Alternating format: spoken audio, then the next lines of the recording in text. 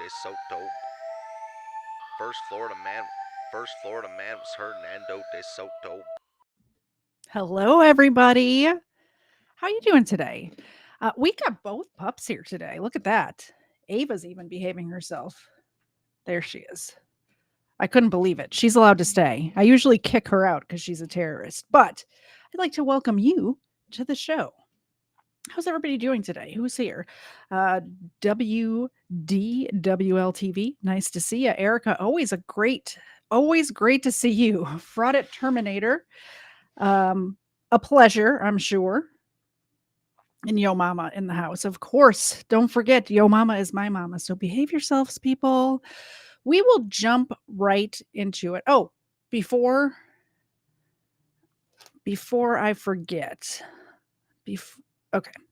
I might have a guest popping on a little bit later, and I gotta send him. We'll get into the first video, and then I'll send him a link.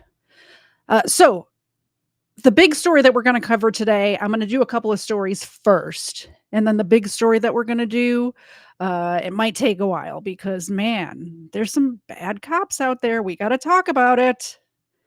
Let's get into the first one. Information.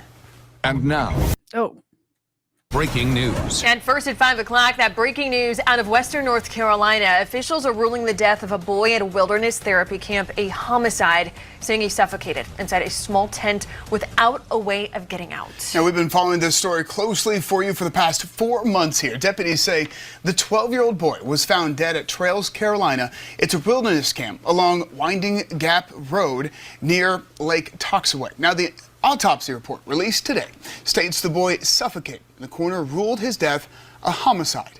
The coroner's report says the camper was placed in a bivvy, or a small tent there, which had an alarm system to keep him from getting out. The bivvy's mesh door was broken, so camp staff used the outer weather-resistant door, which the report says you are not supposed to do because it could restrict breathing.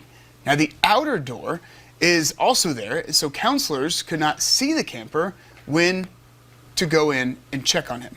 Now, this is the second death at the facility in a decade. Last month, the North Carolina Department of Health and Human Services revoked the camp's license.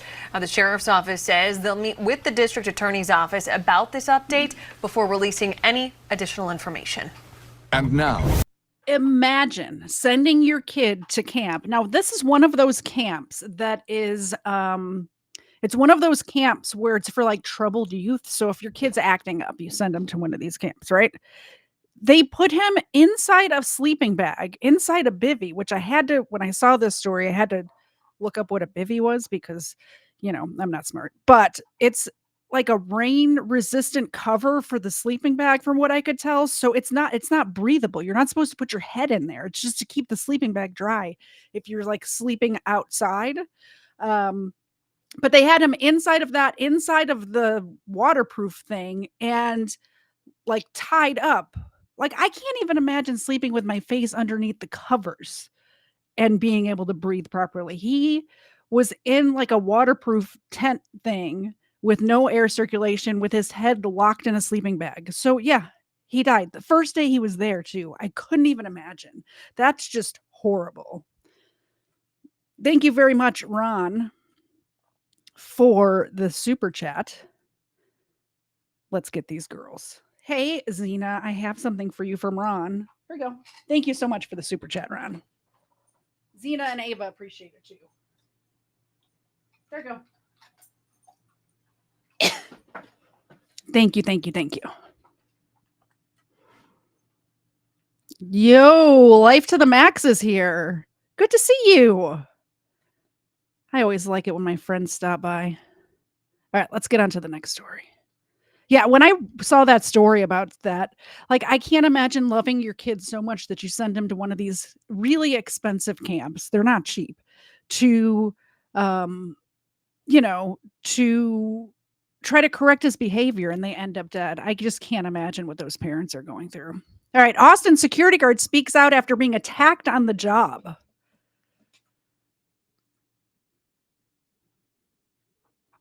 Oh, hold on. building on East 6th and Brushy. It was not how security guard Percy Payne expected his shift to go Monday night at this office building on East 6th and Brushy. It all started around 9:30 when he spotted on surveillance video two guys going inside the private underground garage. The door was apparently stuck open. I witnessed two young Hispanic males on two electric scooters. He went downstairs to check it out, and he says he saw the teens messing around with his personal car. One individual was at my driver door with his back to me, looking back. The other individual was at my passenger door, facing me, being a lookout. The suspects saw him and ran off. He chased after them and says he tried to detain them until someone could call the cops. Then things got physical.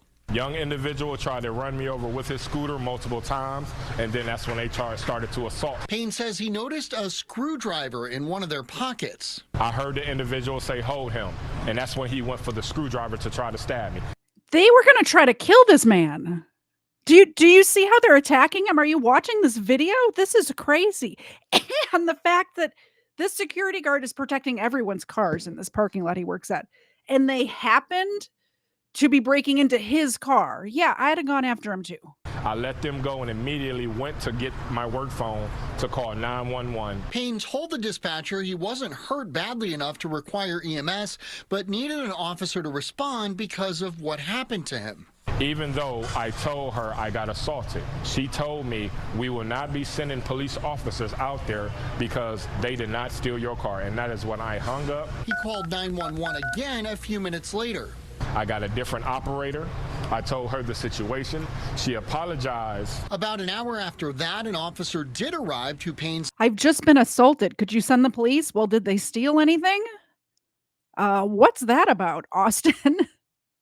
Says was very helpful, and the attack is being investigated by detectives as an aggravated assault. Officer told me that call should have been an emergency case. APD telling Fox 7 Wednesday night they listened to both 911 calls and, quote, it sounds like it was handled correctly and within policy. APD says an officer didn't respond the first time because it didn't meet certain criteria. Quote, the suspects were no longer on scene in this case. The caller stated that he was fine, did not need EMS, and no vehicle was stolen. So we would not respond to an attempted car break-in or a stolen vehicle attempt. What about the assault? What about the fact that he was assaulted? That's crazy to me. I don't think that it was taken as seriously as it should have been. It was as we were discussing this that Payne's supervisor with Preby Security walked up and asked him to stop talking with us while he was on the job. We are very sorry that happened to you. We have a policy. You're not supposed to do any interviews in your uniform. If you want to do this as a private citizen, you can. I understand what you're saying, but it's also my safety. And this is the only way my situation will get out there. Things escalated with Percy making the decision to quit. Take your uniform off? Yes, ma'am. Yes, ma'am. But the argument continued. Look, Percy, I'm pretty sure. I wouldn't have touched him. Excuse me. You touched him. Wow. Is it my fault? I would say yes, every bit of it is your fault. Okay. Thank you. Here you go. No worries. The fact that my supervisor basically told me it was my fault that I got assaulted, that let me know all I needed to know. Now, tonight, Payne tells me he does not regret walking away from his job. I did speak on the phone with someone from Preby Security earlier this evening who said, quote, we are in the process of gathering details. We have been made aware of it and are looking into the situation. Now, Payne says the suspects appear to be between the ages of 17 and 20. He says he is physically doing okay, but if you have any information, you're urged to call APD. We're live in East Austin tonight. I'm John Krinjak.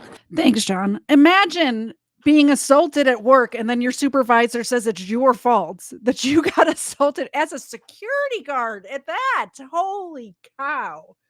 Man, this is, he quit. I wish he would have quit more spectacularly, if you know what I mean. I wish he would have threw the uniform shirt or something, just something more spectacular would have been great.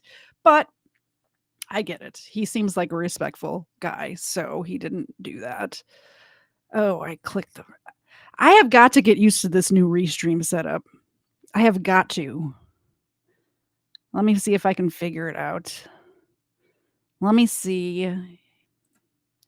Here, have some music while I figure it out. Yes, that's what I want. Okay. Here we go. 2 men arrested after police discovered that 3 women and a teen were held captive in a shipping container. Ooh, that kind of reminds me of that one in I can't remember if it was North or South Carolina where the police found that girl in a shipping container. Do you guys remember that case? I haven't talked about it, I don't think, on my channel. The Superbike murders, it was called. This is the case. 2 men have been arrested after 3 women and a teen girl were abducted and held captive in a storage container in Pennsylvania following the witnessing of a shooting, officials say. Darvon Carlin Jackson, age 29, of East Stroudsburg, and Isaiah Rogers Keeney, age 19, of Middletown, were arrested by state troopers at a Walmart in Mount Pocono in Pennsylvania at around 10:44 a.m. on Tuesday, according to law enforcement officials. Jackson has been charged with kidnapping, rape, and terroristic threats, among a string of other charges, while Rogers Keeney is charged as an accomplice. Hi, Major Victory. The whereabouts came from a member of the public who claimed that a Ford SUV was traveling north on the freeway Route 33 with 2 of the victims inside. This music is kind of driving me nuts. Let's change that, huh? New music. Not sure that's any better. Police said they caught up with the vehicle in a parking lot of a Walmart supercenter. They found Rogers Keeney and one of the victims inside the vehicle and saw Jackson leaving the Walmart with a second victim. Troopers alongside with the Pocono Mountain Regional located the suspect's vehicle at the Walmart in Monroe County. They waited and set up a perimeter. And when the suspects exited the Walmart, they were taken into custody. Trooper Anthony Petrosky of the Pennsylvania State Police told Local 21 News. Ultimately, it was discovered that 4 females were kidnapped by 2 different individuals. They were bound, they were sexually assaulted, and threatened.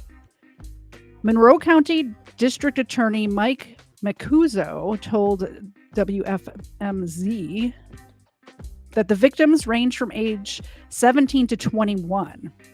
2 of them had witnessed a shooting in the city of Wilkes-Barre, citing court records. After the shooting, they had been ordered into a Ford SUV, and once they were inside, saw the other 2 women who were also inside the vehicle. The investigators believe that the men then took the women on Monday to a property in Smithfield Township owned by Jackson. The 4 were reportedly placed in a shipping container with 3 bound with ropes and restrained. Police say Jackson had threatened to kill the victims, having multiple weapons, and that he sexually assaulted 2 of them. There was a car chase. There was a kidnapping, transportation to places of isolation, threats of murder, of mayhem, and sexual assaults, Macuso told WFMZ. There was 1 minor. The minor was 17 years old, and the other ones were aged between 18 and 21. Jackson and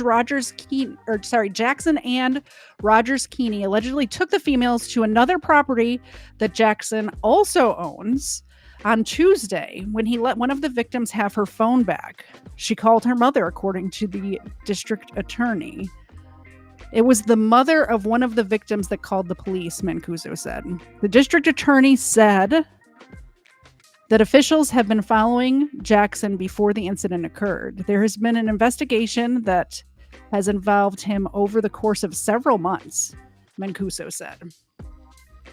He added that all of the victims, including the victim of the apparent shooting in Wilkes-Barre, are going to survive. Monroe County is offering the 4 victims who were kidnapped mental health services. That's good. Yeah, we need to have victims being taken care of for sure. An attorney listed for Rogers Keeney told Newswatch 16, "The only statement I will make right now is that I have spoken with my client and that he maintains his innocence in this case." A likely story. A likely story. All right, let me check in with the chat.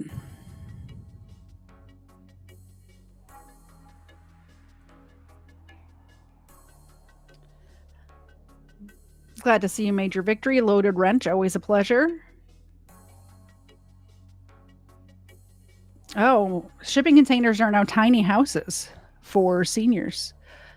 I'm being told in the chat. Let me get the Rumble chat in front of me.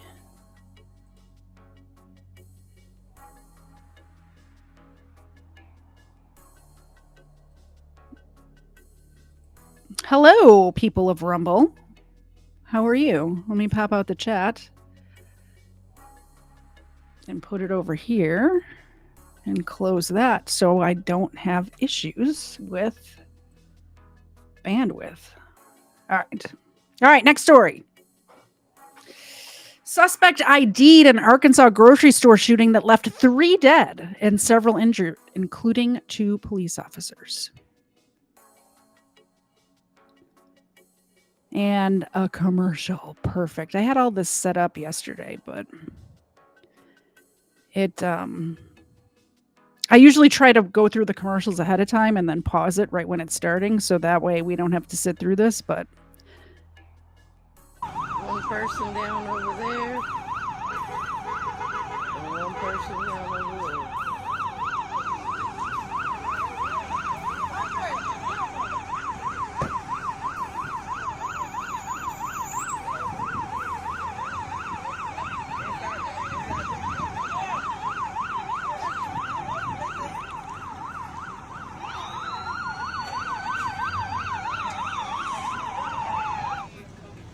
So that's just from the scene.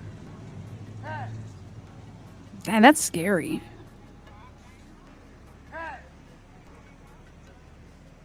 This is crazy. It is crazy, lady recording. So some people ran in there and just started shooting.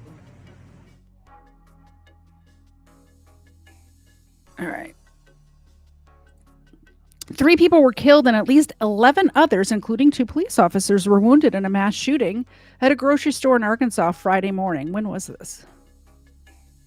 June 21st. So a couple weeks ago this was. I haven't done a Crimeland, or I did do a Crimeland, I guess, on the 30th, but I have so many tabs. But thank you all for sending me stuff. Keep sending me stuff. I will cover it. I promise.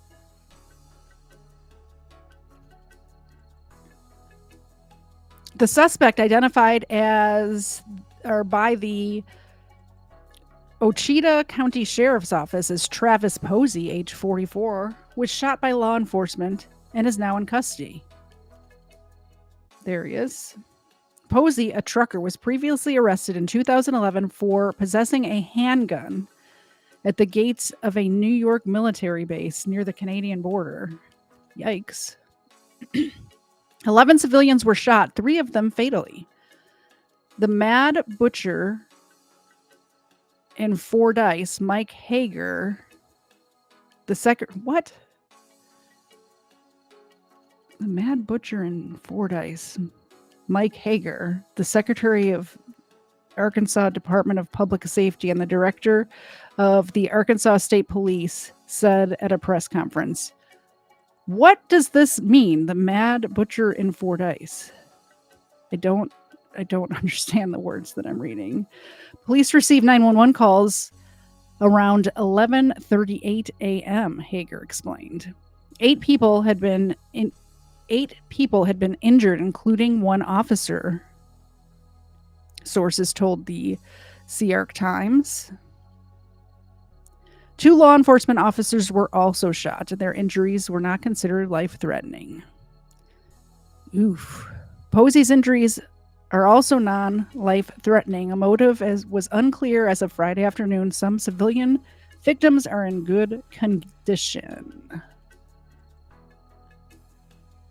Is this the same video we just watched?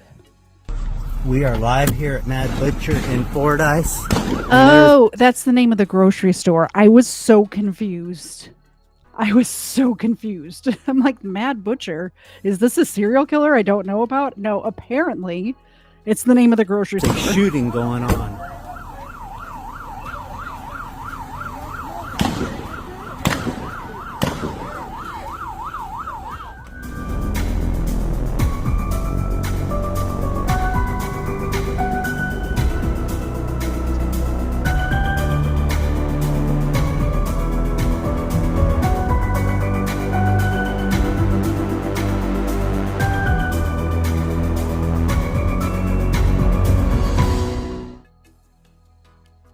Okay. Next. By the way, mods, I think it's only Erica here that's a mod right now. Maybe whoever else is a mod. If a guy named, I forget his name, shows up, let him talk. I think it's Ryan. I had a stalker today online. So he stalked me from YouTube to Twitter. It was fun. It was fun times all around. All right, another store shooting. Milton Walmart shooting. Shoplifting suspect shot by officer dies. This actually, my husband told me about, and, you know, we're sitting in the living room.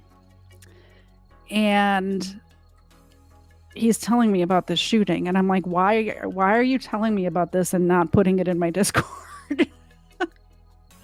So he did. He put it in the Discord, and now it's here. Tonight with chaos in a Walmart parking lot that ended with a shooting in Milton. Good evening. I'm Russ Spencer. I'm Courtney Bryant. Police confirm one suspect is in custody, another is hospitalized, and a third is on the run. Fox 5's Angelique Proctor joins us from the scene on Windward Parkway with the latest. Angelique. Well, good evening to you both. Milton Police just wrapped up a news conference where they gave us the very latest on this officer-involved shooting, and that is when we learned that there were actually 3 suspects. They say they were coming out of the Kohl's with their arms full of clothing. Now, take a look over my shoulder. You can see the scene is still being processed here. One of those suspects was shot by police after trying to steal the white car that you see there from a victim. A female suspect was taken into custody, and a male suspect is still on the run tonight. We were leaving Kohl's parking lot, and 2 people came directly in front of our car carrying as much clothes as they could carry in their hands. Milton resident Stacy Wooten is still reeling after witnessing suspected shoplifters take off as police tried to stop them. Miss Wooten called 911 and lost the suspects, but then, as fate would have it, she crossed their paths again. Another witness talked to Miss Wooten about what she saw. The officers showed up. We showed them, we told them that was the car. They got out of their vehicles. They approached the car with guns drawn. 16-year-old Noelle Manuel had just started her summer job at McDonald's and witnessed the violence as well, including police giving the suspect CPR.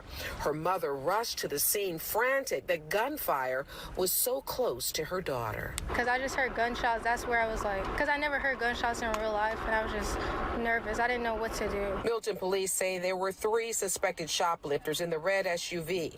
They will not say if they were armed. The driver of the red car was a female who is in custody.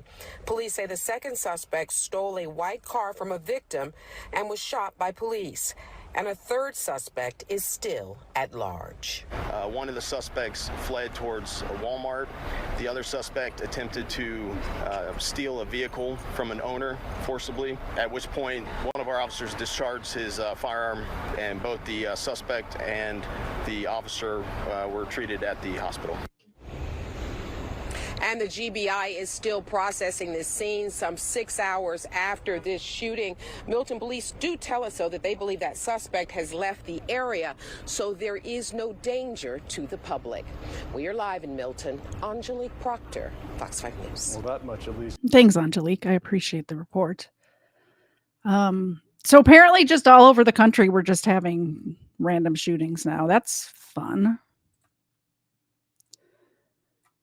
Let's see here. Okay. This one's kind of crazy. Let me refresh this because I think the ad. Okay.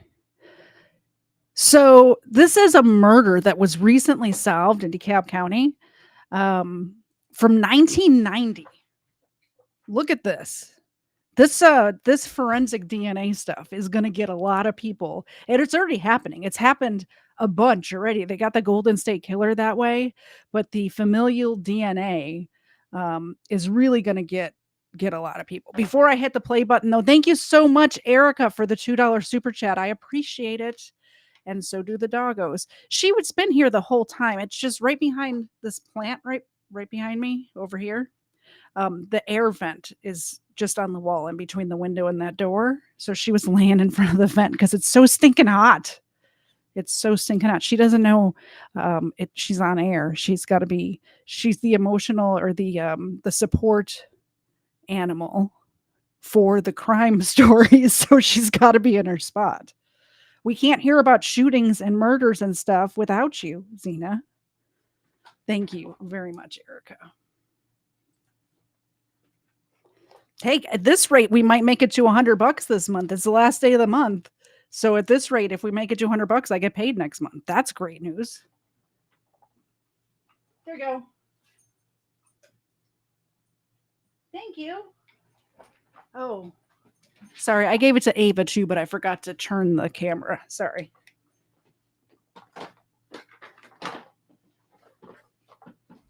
Awesome. Thank you so much for supporting the show. I appreciate it. Okay, so this forensic, this DNA forensic stuff is going to get a lot of people. Is what I was saying. Oh, are you skeptical of headlines and what you see on social media? Yes, I am skeptical of headlines and what I see on social media, ma'am. Thank you. What?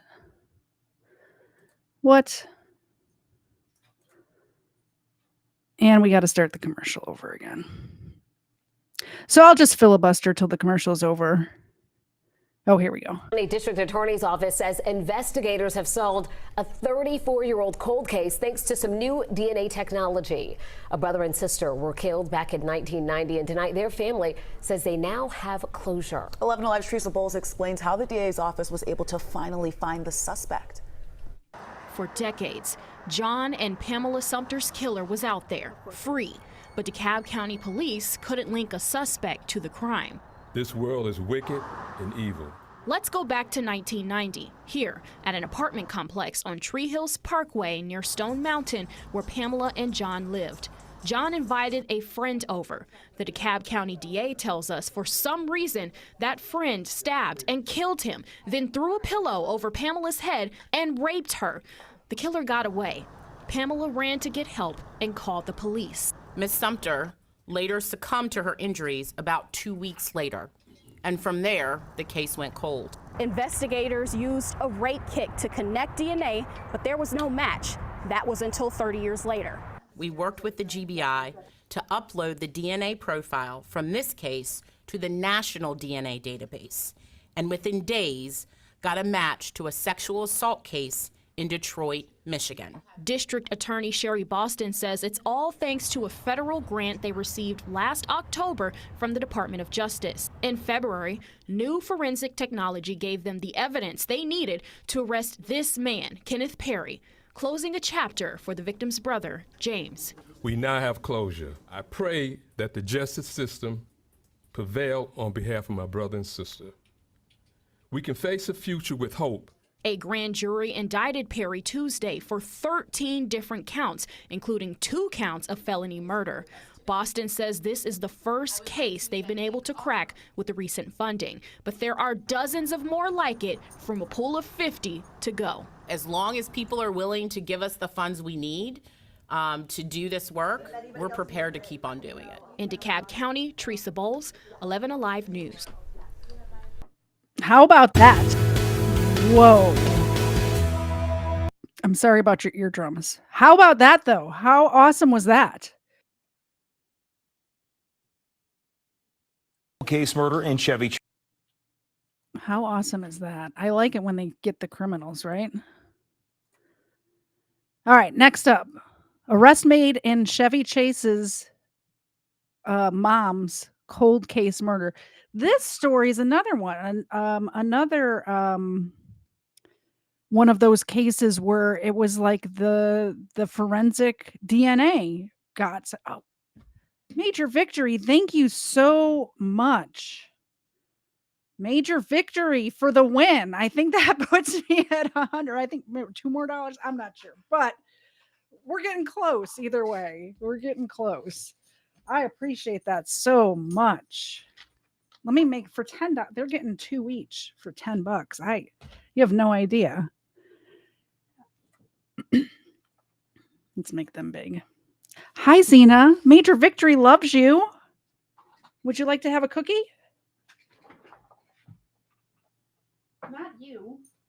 Not you. Here, Zena. All right. Now you. Do a shake. That's a good girl. Zena, you do a shake. Thank you. Thank you. I appreciate that so much. Thanks for supporting the show. I appreciate each and every one of you just for watching and hitting the like button and sharing and subscribing.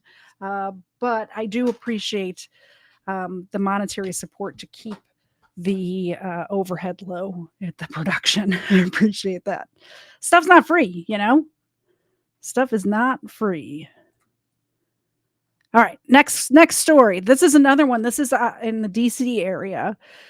And this story gets a little crazy. This lady is getting ready for work in the morning and she doesn't show up for work. And all of a sudden, her boss is like, it's really unusual for her not to show up to work on time. I should go check on her. Finds her in a bloody heap in her house. Let's watch. After more than 20 years, a man is finally in custody for a 2001 cold case murder in Chevy Chase. And tonight we know more about the relationship between the suspect and the victim. It is a connection that has the family in disbelief. Tonight, Fox 5's Nana Bonsu is in Montgomery County with the very latest. Nana? Jim and Angie, good evening. 23 years ago, Montgomery County police were called to a home here in Chevy Chase. They found a woman murdered in her home after she didn't show up for work. Now, for years, there were no leads until DNA that was recovered from the scene matched a familiar face. It's been a hell of a day. Lauren Prieur is still trying to process the man Montgomery County police say murdered her mother, Leslie Prieur, in May of 2001. 44-year-old Eugene Gligor. He was my ex-boyfriend. The two grew up in the same neighborhood. Lauren lived in Somerset and Eugene lived nearby in Kenwood. We started dating when I was 15. And so his family and my family knew each other. And never in a million years was he ever a person of interest or suspect or came to mind as the person who took your mom's life? No. Not at all. Gligor was arrested by U.S. Marshals on Tuesday and charged with first-degree murder. Assistant Chief Nicholas Augustine with the Montgomery County Police Department says advances in technology is what helped them find him after 23 years. Detectives were able to use blood recovered from the scene in 2001 and submit it to a lab in 2022. It's the forensic genealogy that had us get this case and be able to get a name or a DNA relationship to start to work with to try to link that to the victim. This work that Augustine describes as very tedious that requires dedication from detectives. We will go many years, whether it's 20 years or 40 years, to finding out the answers and holding people accountable and getting closure for violent incidents that occurred in the past. Since her mother's murder, Lauren tells me she bumped into Gligor a year ago at a restaurant in D.C. I've spoken to him. He didn't seem weird, and how you can look somebody in the eye and knowing that you committed this crime and act like nothing happened is pretty unreal. And now Lauren tells me she was 24 at the time her mother was murdered. She says she's filled with a lot of different emotions, but there is a sense of relief and hopefully justice to come soon. Now, Gligor is currently in D.C. waiting to be extradited back to Montgomery County, where he will appear in front of a judge. Guys.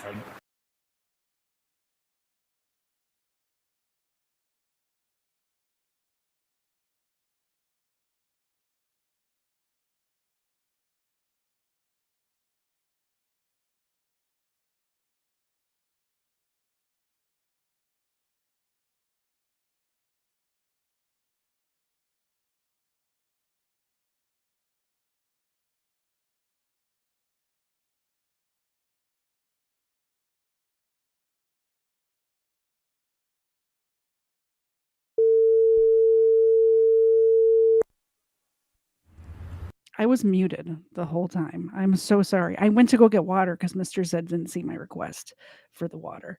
Because that Red Bull flavor was disgusting. I had to dump it out. Anyway, I was just saying that guy hadn't dated the daughter for 2 years and then went back and killed her mother.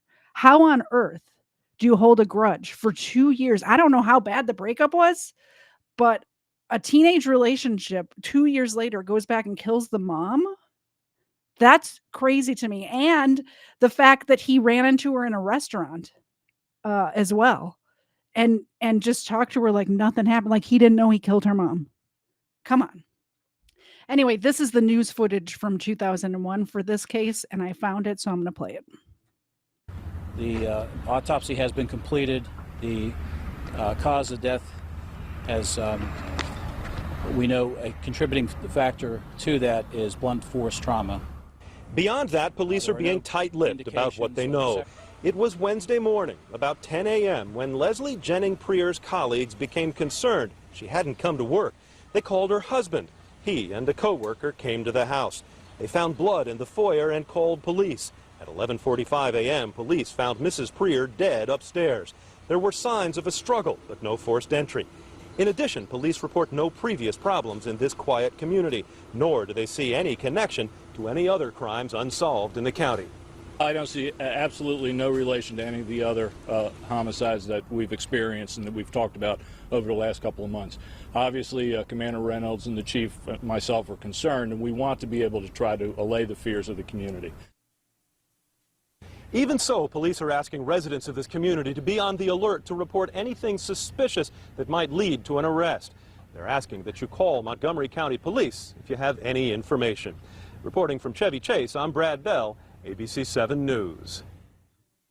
Like, you see stories kind of like that one from time to time, and you just always assume that, oh, that's going to get solved, right? Not thinking it's going to take 38 years to get it solved. 38 years, but they did solve it. They're solving a lot of these crimes these days like this. All right, I'm going to skip ahead to the main story for tonight.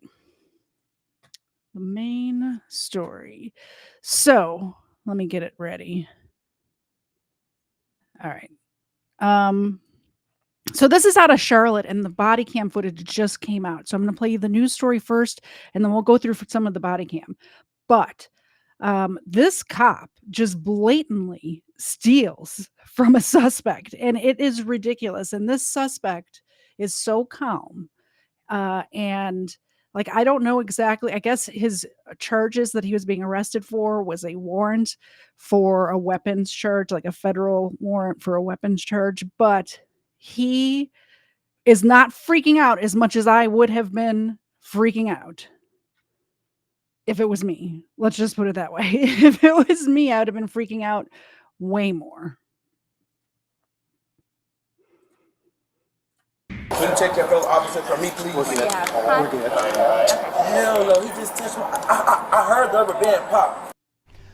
Only on 9, a former CMPD officer caught on body camera video charged with stealing cash from a man who was in custody. I'm Scott Wickersham. And I'm Hannah Getz. We petitioned the court to get this exclusive video just 3 months after Officer Henry Chapman's arrest. Channel 9's Evan Donovan takes us through every moment. This is video you'll only see on Channel 9 this evening. It shows the confrontation between former CMPD officer Henry Chapman and a man who'd been pulled over for speeding, then arrested. And a crucial piece of Officer Chapman's body camera video is missing. Good. Hey, I clocked in at 68, okay? That's why I'm stopping you. We're not naming the man who was arrested here because his charges are not relevant to this case. But you can see him getting pulled over, accused of speeding. Give me a moment, all right? He's then arrested on an outstanding warrant from U.S. Marshals for weapons violations. When he arrived back at the station, you can hear as he accused Officer Chapman of stealing some of the cash he had on him. Can you just check on the 20 Sir, listen to me. He's moving and everything. Look, he's moving. Sir, Sir, listen to me. Tell me how much cash you had on you. What was the amount? I just want to see. I'm not gonna lie. Can you check? I'm not going nowhere. Can you check your fellow officer for me, please? As one officer continues asking how much cash should be there, the man in handcuffs is staring at Officer Chapman, announcing his every move. Look at him moving. He's moving. Oh my God, y'all not gonna check him? Finally, the man convinced the other officers to check Chapman's car, and they found what the man said was missing, around $1,000 still inside it. No, yeah, look, no cap. I'm not even gonna touch it. It's blue hundreds right here. It's all the blue hundreds are right there behind that receipt. Thank you. All that's my money. He didn't have that. This is your money? Yes, I heard him crumble it up. Thank you. Thank you. All That ain't my money. Right? That's my money. Chapman was arrested within 6 hours of that incident and charged with embezzlement. He resigned from CMPD the next day after 15 years on the force. The criminal case against him is still pending. There's a probable cause hearing next month. At CMPD headquarters, Evan Donovan, Channel 9 Eyewitness. Thanks, Evan Donovan. I appreciate that. I appreciate it. So police activity, of course, has the whole story. It is 26 minutes long. I'm not going to do the whole thing. We're starting at 2 minutes in, and then there's some of the parts that I'm going to skip ahead. But it is a very interesting video, and I think that we should watch it together. Give my phone. Yes, I'll go for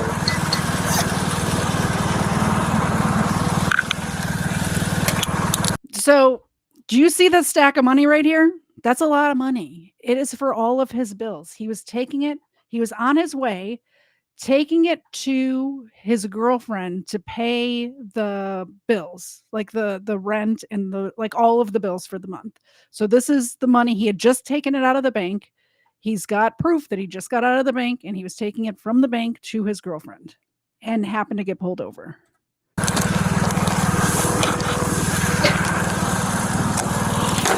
And you can see that those are all like new bills from the bank. You can tell when it's a stack of just like mixed bills. When we saw that stack of bills, they were just like all brand new from the bank. I'm gonna leave that cash in there. Any other pockets I need to know about? No, sir. Go ahead and see this thing.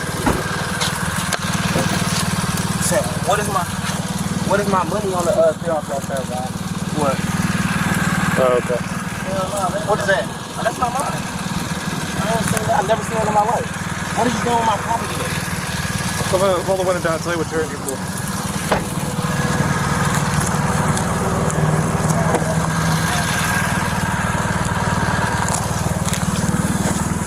Stuff right here. And my phone's right here too on top of the phone. But what am I in for then?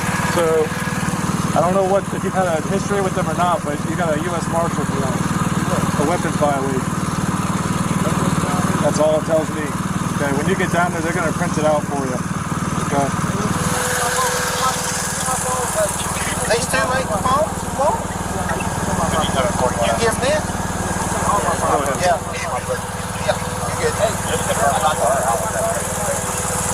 What is that?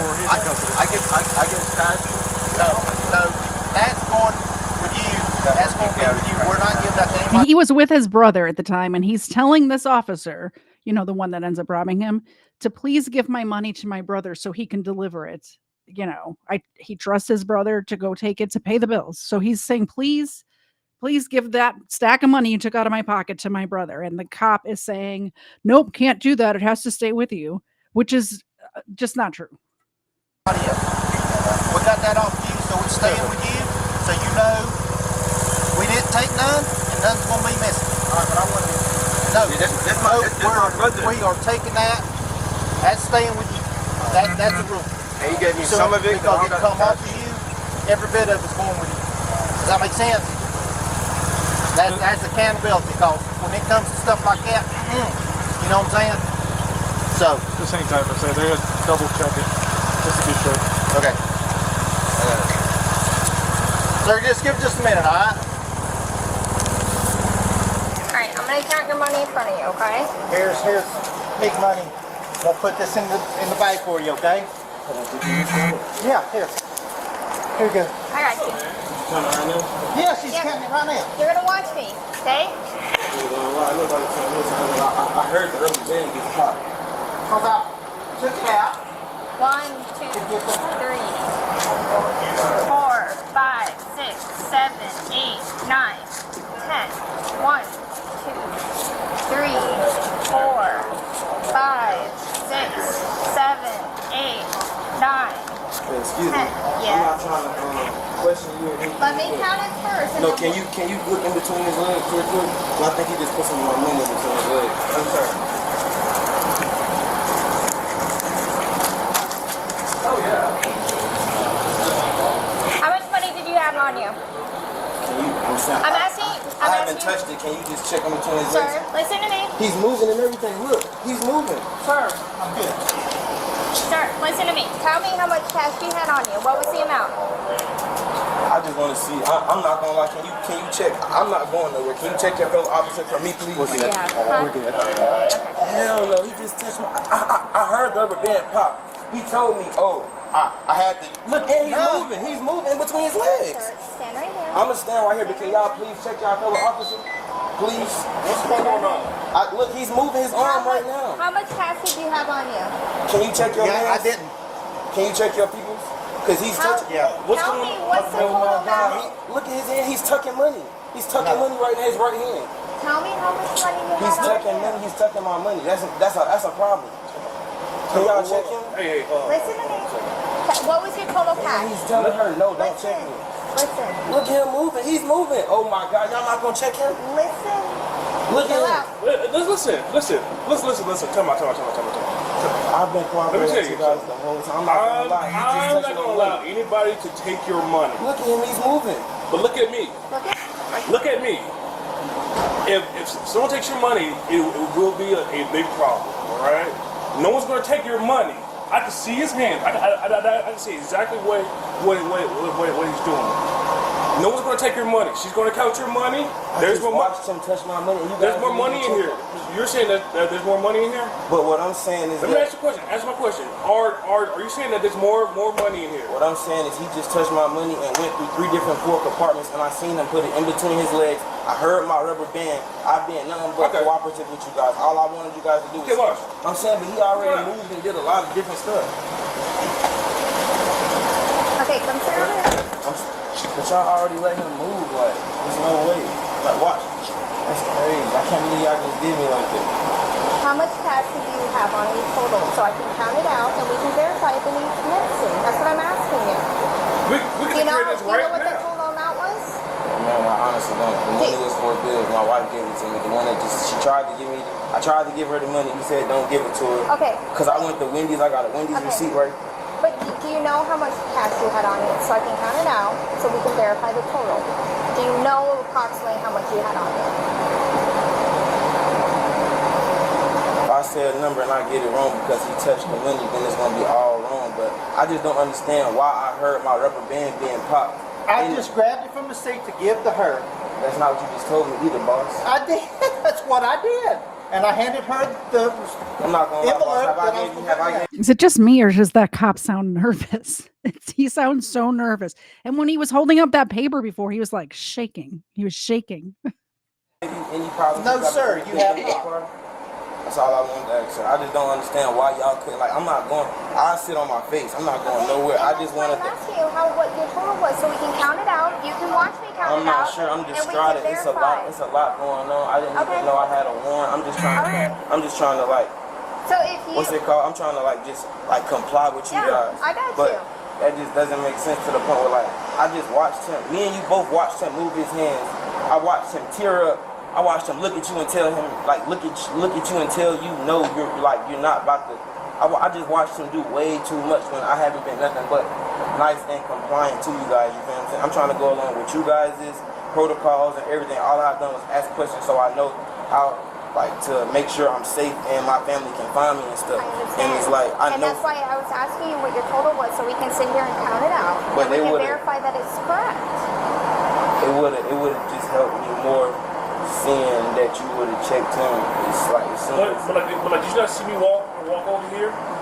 I did see that, sir. But none of y'all, like none of you guys' body cams is on. Like I know. Mine is on right now. But I know for a fact what I seen and what I heard. And then when I asked him why was he like popping the rubber band on the money, he said I was just making sure something. But there's no need to make sure. You feel what I'm saying? Like that's my property. You feel what I'm saying? And I know for a fact the money was touched. But it's a million compartments. Yes, I did touch it. When I grabbed it out of the seat. I understand, so I don't want to argue with you, Mr. Chapman. I just know what. No, sir. Okay, so what I typically do is count out everybody's money in front of them, so you can see that it's accurate. The money was altered before. So when I turn it over to property, you can verify that the total we're counting out now is the total that you're going to get back. Yes, ma'am. Okay. Are you good with me doing that right now? Yes, ma'am. And then you can tell me, do you have any kind of idea about how much you would say you had on you? But I'd rather you kind of first, so I just know in my head. But if you tell me afterwards. I'm going to fast forward a little bit because she counts all that money. It takes a minute.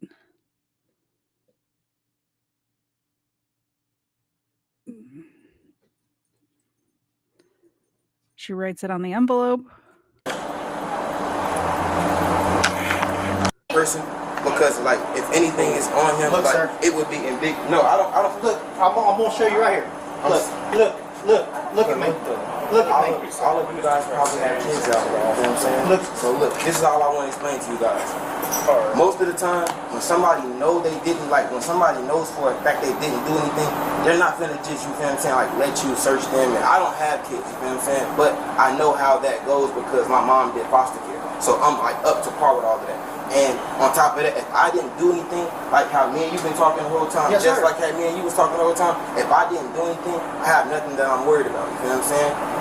There would be no reason for him to show me his pockets and stuff. Like I know for a fact. No, I want you to feel comfortable. I would have felt, yes, sir. I would have felt comfortable if your colleagues would have searched you at the exact time where I knew where the money was, because I seen you kept going in between your legs, and then every time everybody put all of the attention on me, you kept moving. I don't know if it's in your door, I don't know where it's at, but just like look, I don't even care to find the money, but how you know for a fact that I'm right. Come here. Do you mind? By the way, the one who's opening the officer's door, where the officer's trying to stand in front of the door and not let it open, is this officer's boss.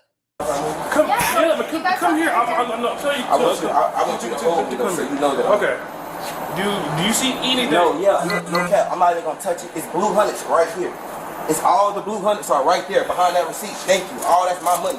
He didn't have that. This is your money? Yes, I heard him crumble it up. Thank you. All that's been recorded, right? That's my money. That's my money right there. Sir, you've been watching me that whole time. I seen you take it. I seen you crumble it up. Just that count is it. not me. If I'm right, it's gonna be around $1,000. If I'm right, and like I told you, I just went to Wendy's.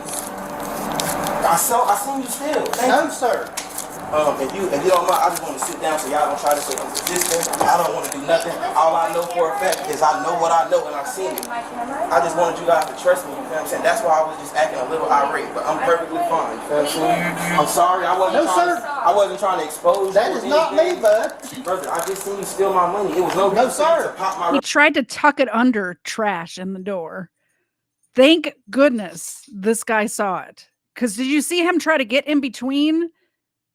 Like when the door opened, he tried to get like in between the door and the dude and his boss. He tried to stand in front of it. Thank goodness they saw it. And now watch how the woman cop and the boss cop, I don't know their names, act from this point going forward. They found the money in this guy's door. So when Major Victory says something like this is the reason, or stuff like this is the reason why all cops are bastards, that's bullshit.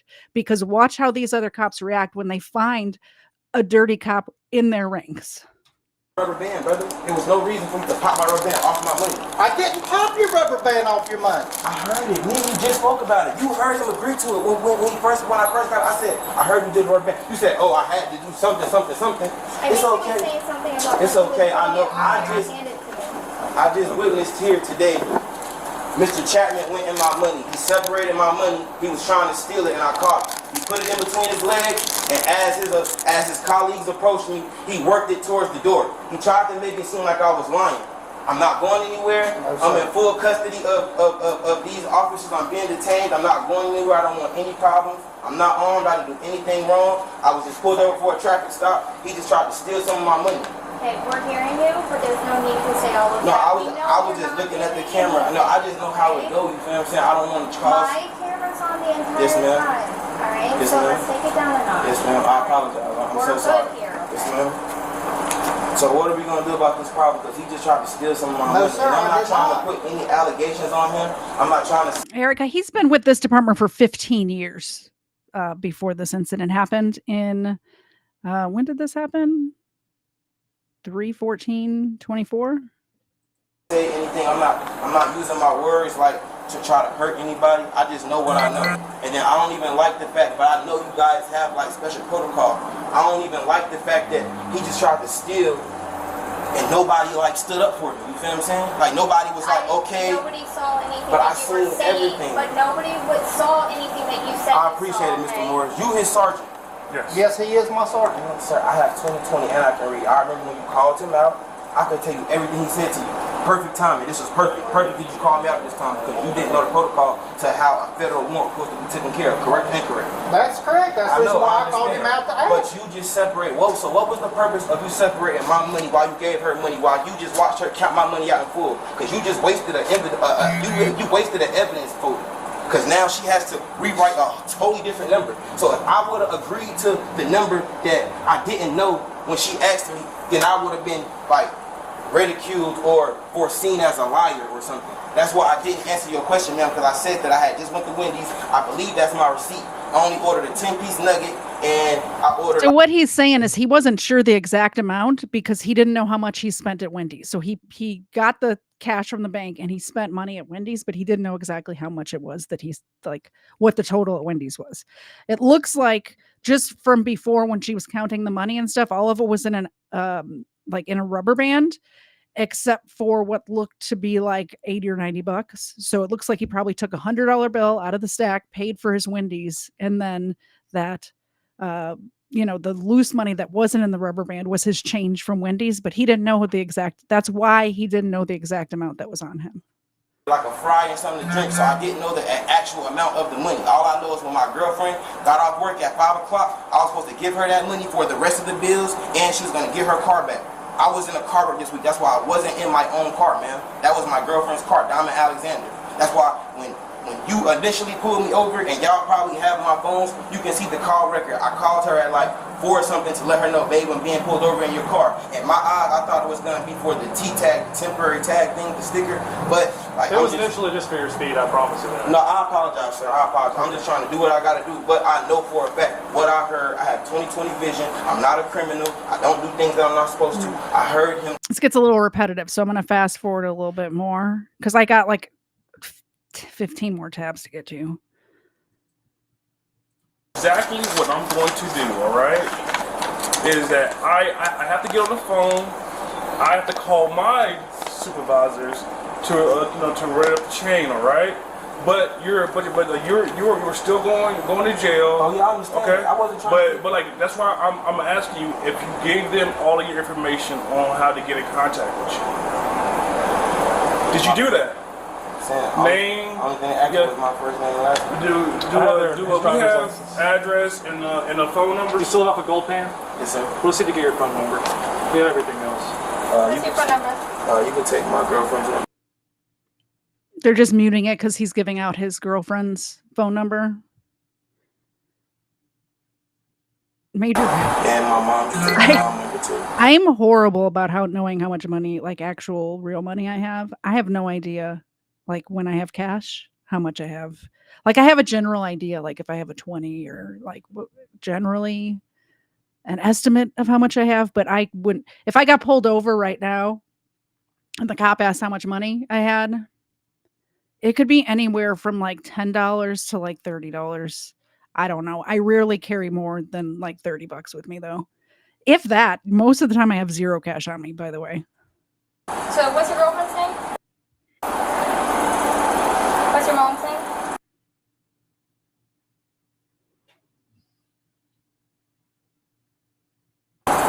Her number. All right, let's fast forward a little more. It's not like I just don't want to forget it. You feel what I'm saying? Finish searching you. Yes, ma'am. We're gonna get you. Guys, you feel what I'm saying? Like try to grab him or try to like reach in his car and grab the money while I heard it. You feel what I'm saying? And I know it was a lot going on. Yes, ma'am. I knew there was something in here. I do know, like y'all be like. Yeah, they'll do that again at the at intake. Yes, ma'am.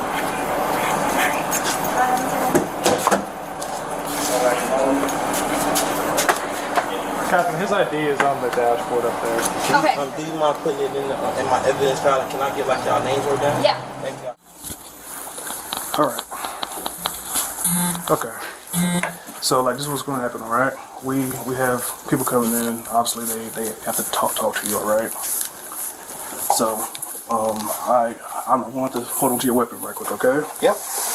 Go ahead. Just take the whole holster off. It's one of them. QLS. I got it.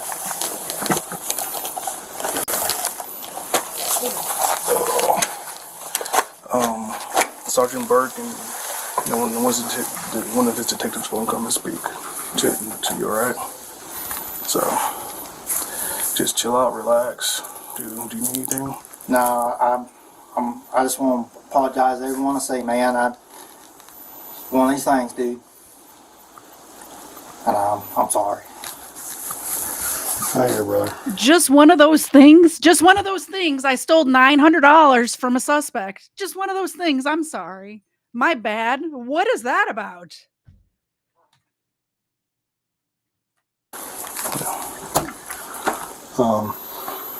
Anything to drink or anything, man? No. Alright. Just want to say I'm sorry. I got you, brother. Well, we're going to walk out of here and close the door, okay, until they get here, okay, buddy? Alright. Let me know if you need anything, alright? I'm good, Sarge. I appreciate it.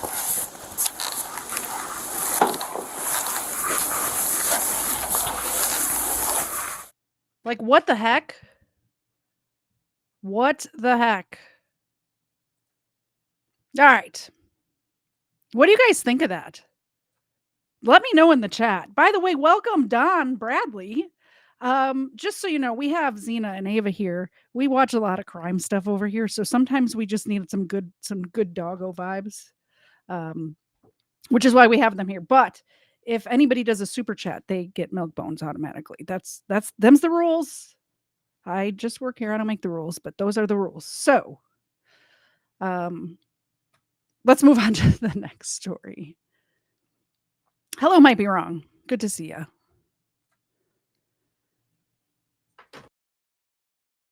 I have a feeling I'm going to have to read for this one, so I needed to clear my throat.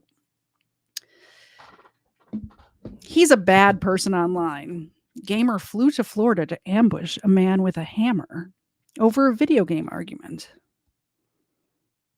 Hold on, my phone's going off. Hold on, let me return this message. 6:30-ish. We're going to go to about 6:30-ish today. By the way. Sorry, I have a special guest coming on to promote something, so I needed to let him know what time to come. Okay, He's a bad person. Do we know anybody who are bad people online? Name them in the chat if you know somebody who's a bad person online. I want names. I want profile pictures. Oh, you can't do pictures. I want screen names. Put them in the chat right now. Okay, so gamer flew to Florida to ambush a man with a hammer over a video game argument, police say. A 20-year-old gamer from New Jersey is accused of flying nearly 1,000 miles to try to kill another gamer with a hammer because the two had gotten into an online altercation while playing video games. Edward Kang, spelled K-A-N-G, was taken into custody in Florida on Sunday and charged with one count of attempted second-degree murder and one count. First of all, how is it attempted second-degree murder? How is it attempted when he flew from New Jersey to Florida to commit it? How is that second degree? How is that not first degree? Sorry. Okay, sorry.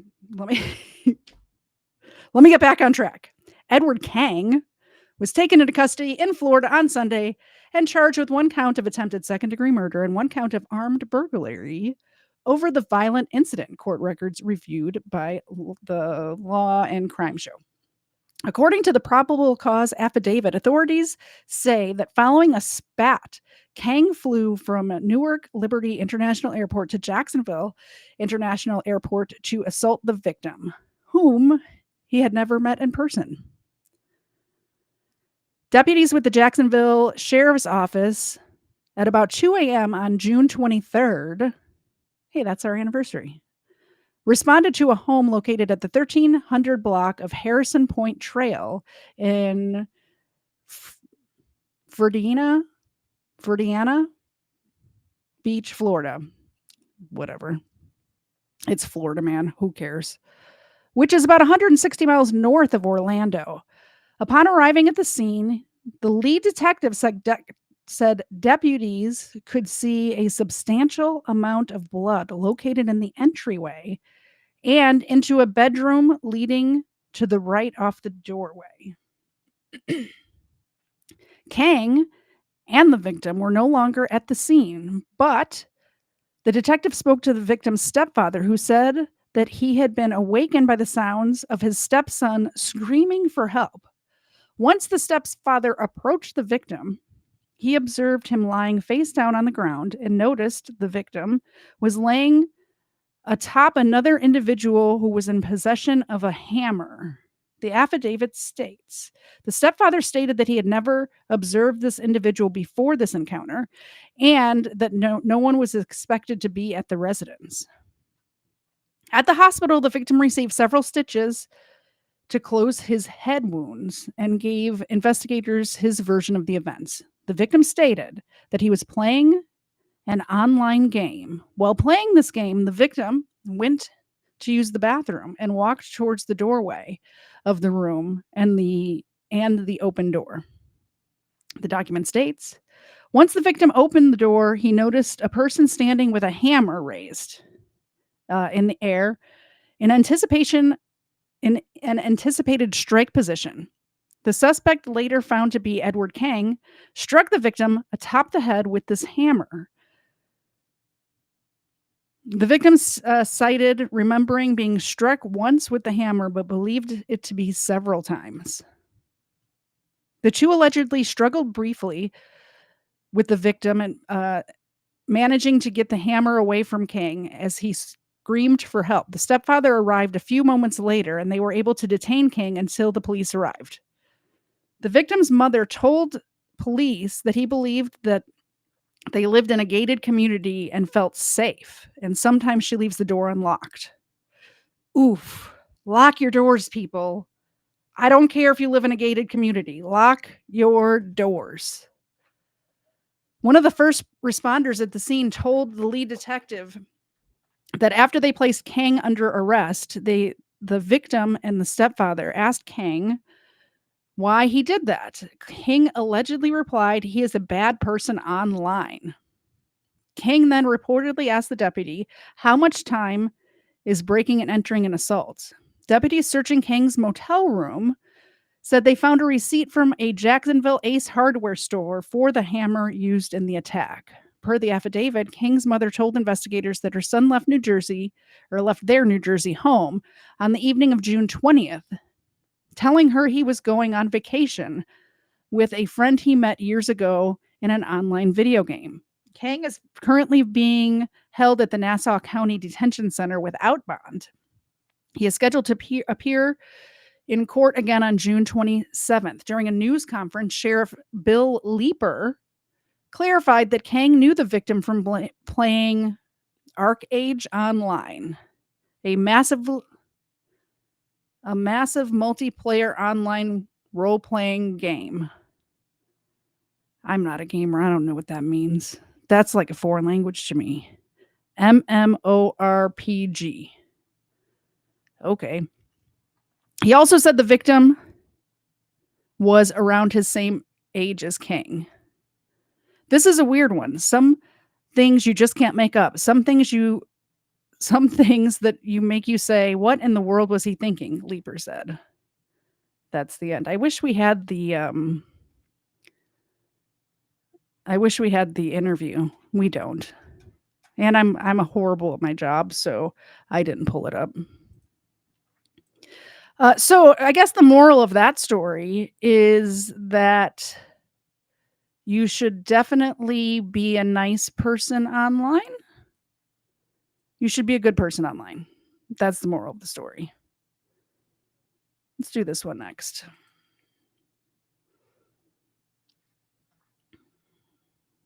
Can we make this bigger? No.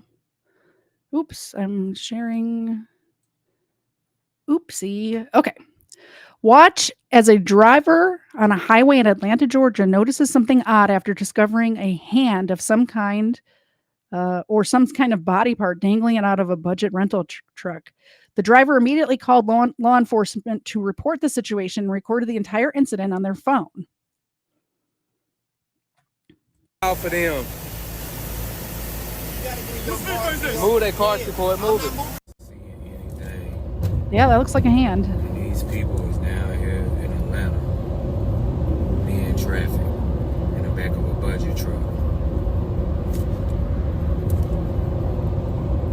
And they need some help, hands tied up and shit. I'm just gonna keep following them until I see authorities or something.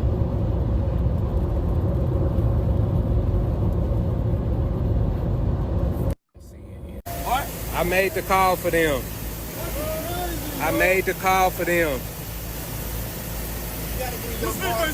Oh my gosh, you see how many people were in there? There was like 5 or 6 people in there. Wow. Oh, thank God, man. Thank you. Man, I'm so proud of myself. I was not stopping. I was not giving up. I'm not giving up on y'all.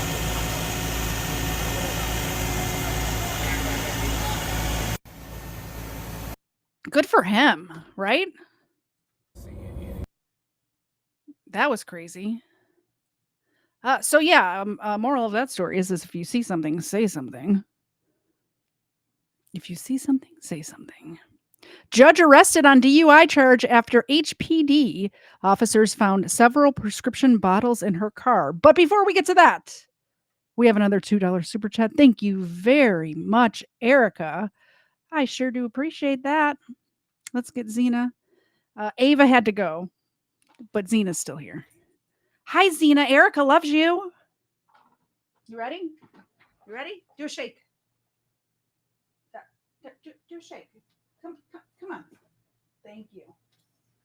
Thank you, Erica. I appreciate it. Thank you for the support.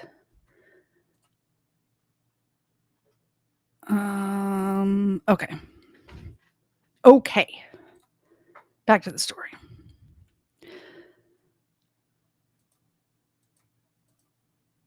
Maybe not.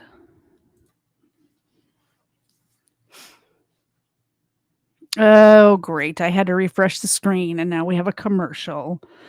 Oh, well. We'll give Zena another treat while we're waiting. Hey, Zena, you want another one?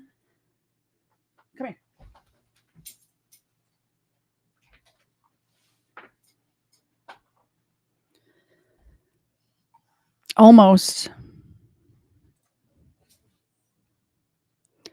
How long is this commercial? How long is it? It doesn't give me a countdown either. This is horrible. Do scritches. I can do scritches. Come here. How many commercials do we have? How many commercials, Zena? How many commercials?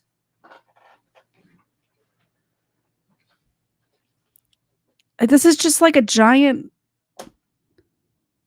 I give up. It's just all commercials.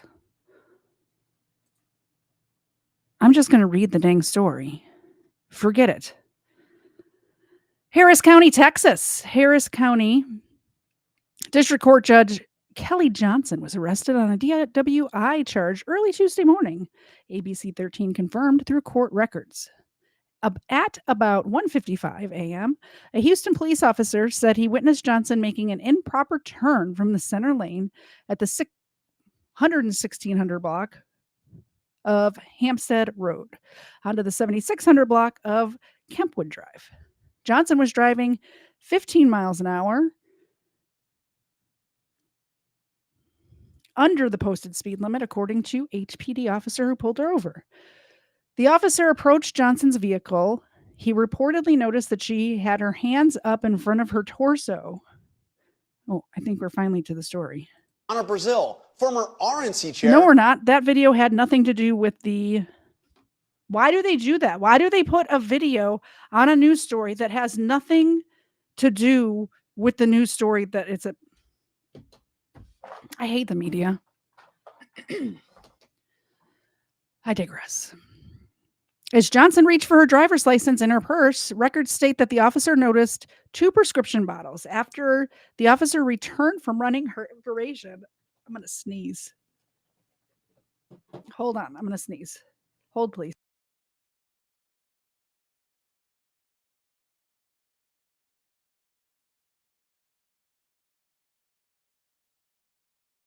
Did I get to the mute button in time? I think I did.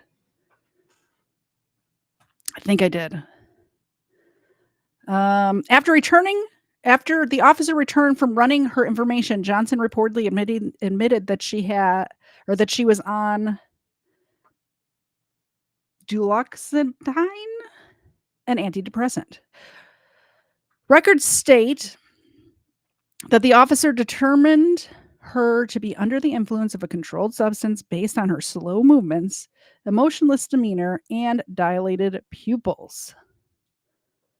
The officer was instructed by a supervisor to conduct a field sobriety test on Johnson. After those scores came back low, she consented to a blood draw, which was conducted at Harris County Joint Processing Center. Johnson remains in jail at the moment. This comes after she was stopped for reckless driving and suspected of drinking back on April 12th. All we are saying is that we have no comment on the arrest or charges. Our office will be recusing itself from the case. The DA's office responded. So I'm assuming somebody sent me this because of that judge that I covered last week out of Douglas County, Georgia. That was a crazy case, right? By the way, the day after I covered her and did that whole body cam of that judge, what was her name? Christina Peterson? She was, I was going to say dethroned. She was taken off the bench like the very next day after I covered that. I'm not saying I had anything to do with it. All I'm saying is right after I covered it, they took her off the bench. So, take that how you like.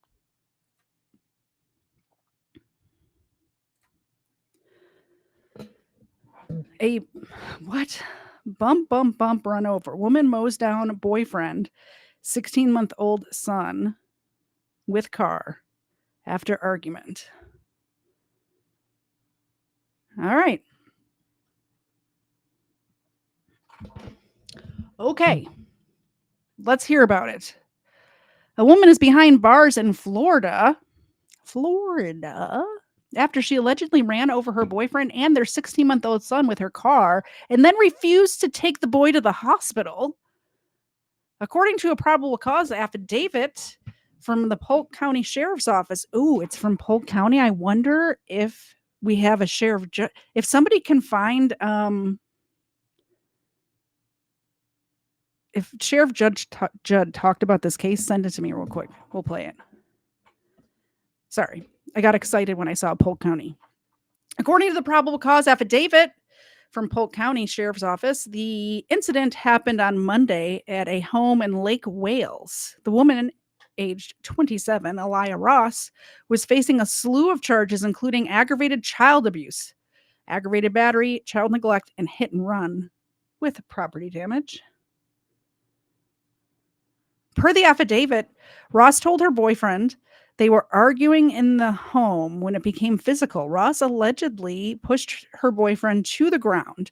The boyfriend reportedly got up and ran outside with the child. He later told deputies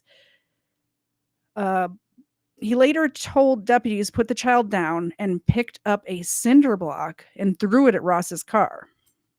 When the cinder block went into the car, that made Aaliyah even madder. Ross allegedly got into her car and lunged at the boyfriend, who was now holding their child. The boyfriend walked with the boy into the yard, and that's when Ross allegedly sped her car towards them. The boyfriend started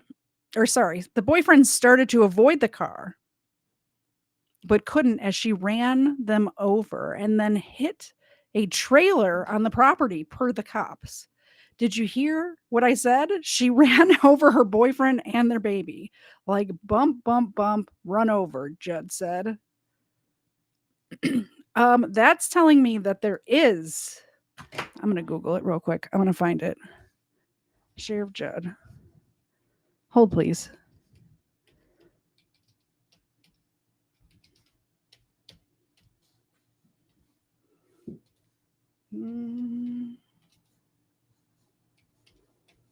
I want to hear Sheriff Judd tell me about it instead.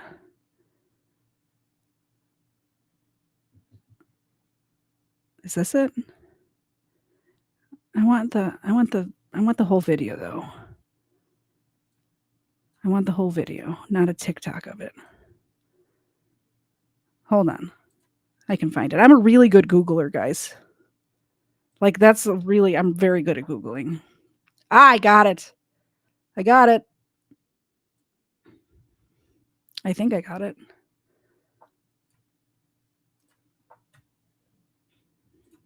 Here we go. Photo just released from the Polk County Sheriff Grady Judd. All of this connected, along with this video, to a situation where a mother is accused of running. Oh my gosh, they have it on video. Who is sending me an article to read when we have a video of the incident? Come on. We gotta see it. Released from the Polk County Sheriff. I'm rewinding. Take a look. I want to see this. You can see the guy walking away. This is a booking photo just released from the Polk County Sheriff Grady Judd. All of this connected, along with this video, to a situation where a mother is accused of running over her child. I do want to play for you a 3-minute comment that was made by Polk County Sheriff Grady Judd, again speaking about all of this. You can't make this stuff up. It's got to be true. This is Aaliyah Ross. She's 27. She and her husband, Devin, get into an argument in their house. And Devin goes outside, allegedly to calm down. But while he's in the process of calming down, he throws a cinder block onto her vehicle. Well, that makes her mad. Did I mention to you that when Devin went outside, he took his 16-month-old son, well, actually their 16-month-old son, outside? Well, when the cinder block went onto the car, it made Aaliyah even madder. So she got into the car and she lunged forward in the car like she was going to run over him. Now, he's holding the 16-month-old baby. Well, she said, I guess he didn't get out of the way, so she lunged again and ran over Devin and her 16-month-old baby. Did you hear what I said? She ran over her boyfriend and their baby. Like bump, bump, bump, run over him, okay? Then she runs the car into a neighbor's house, which is supposed to be some kind of relative. She leaves with the baby. She's injured. Devin is on his way to the hospital, calls her and says, "You've got to take the baby to the hospital." She said, "No, I'm going to leave him at the house." What? So she drives back to the house and puts the child in the house by himself. And then she takes off again. Devin goes back to the house, picks the baby up, and they both go to the hospital. Listen to me. The baby is in critical condition. Oh, no. This morning. In the hospital in Tampa.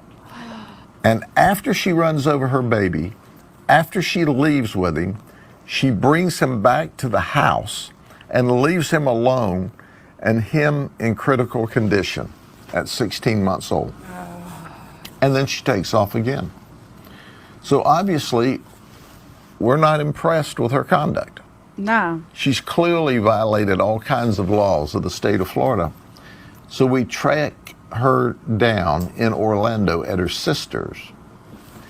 Our colleagues from the Orange County Sheriff's Office helped us by taking her into custody until we could get there and interview her. She's locked up on too many charges to talk about in the short video. You talking about crazy? Here's a crazy woman. And that was Polk County Sheriff. Thank you, Grady Judd. I appreciate it. Coming onto the show now, I have a special guest. Please help me welcome Iggy Normus. Oh, I made you big. Sorry. Hello. Hello. Is your audio Hi, time? does it work? It does. I have a secure internet connection. Hello. Hi. Hi. What's happening, y'all? We're on air? Yeah, we're on air. Caller, you're on the air. Yeah. Cool. Do you know that I'm a black person? I did know that. You're my one black friend.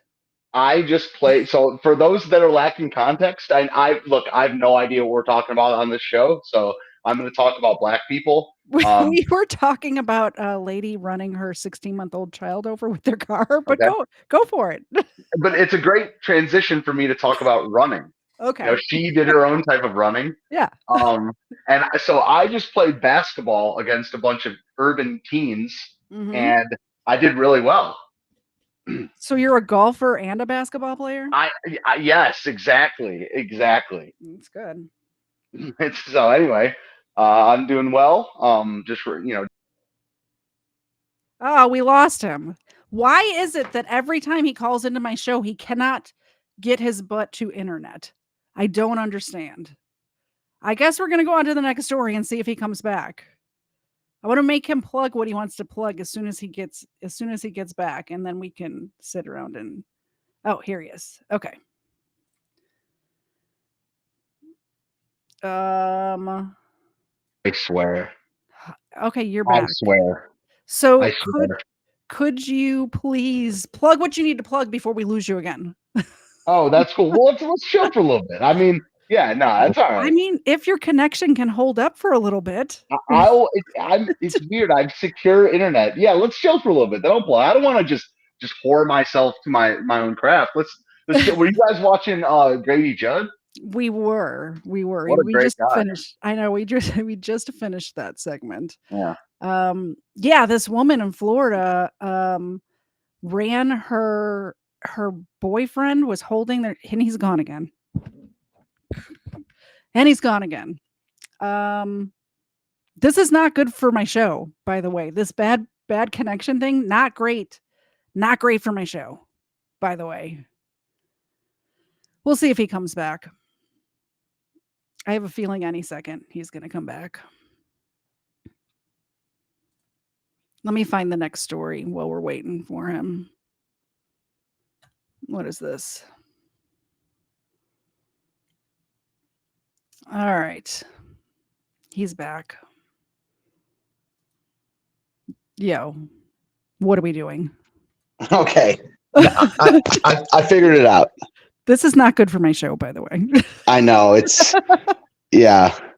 I mean, I think you just gave my show AIDS. So I know, but no, I'm not going to make that joke. Did you want to talk about some immigrant crime? Tell me what Grady Judd was up to.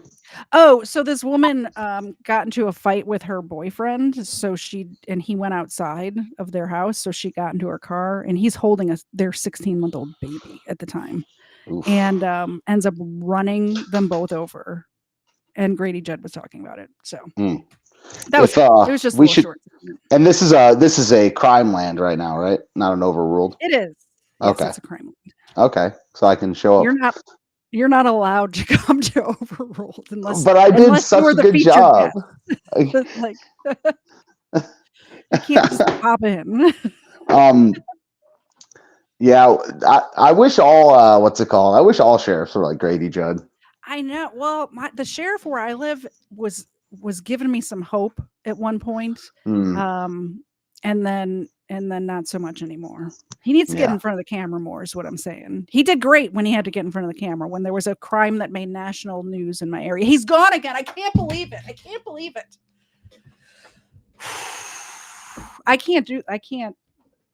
do this. We're going to the next story. I can't do it. All right. New details emerge in the death of Jocelyn Nunguri. Continuing with that top story, we are learning new details about that horrific death of 12-year-old Jocelyn Nunguri. As we did mention, one of those suspects in her death in court today. His immigration status and restrictions placed by authorities are raising some questions. Fox 26's Jonathan Mejia getting answers from an immigration attorney and reaction from the family after the court appearance. Jonathan. Yeah, just horrific details today. Prosecutors in court today shared how Jocelyn had marks on her neck, scrapes on her body consistent with being dragged, and how one of the suspects put his arms around Jocelyn's neck and covered her mouth. Our immigration system is broken, and if there was ever a case that reflected that, it's this one. Franklin Peña, one of the alleged killers of 12-year-old Jocelyn Nunguri, made his initial court appearance today.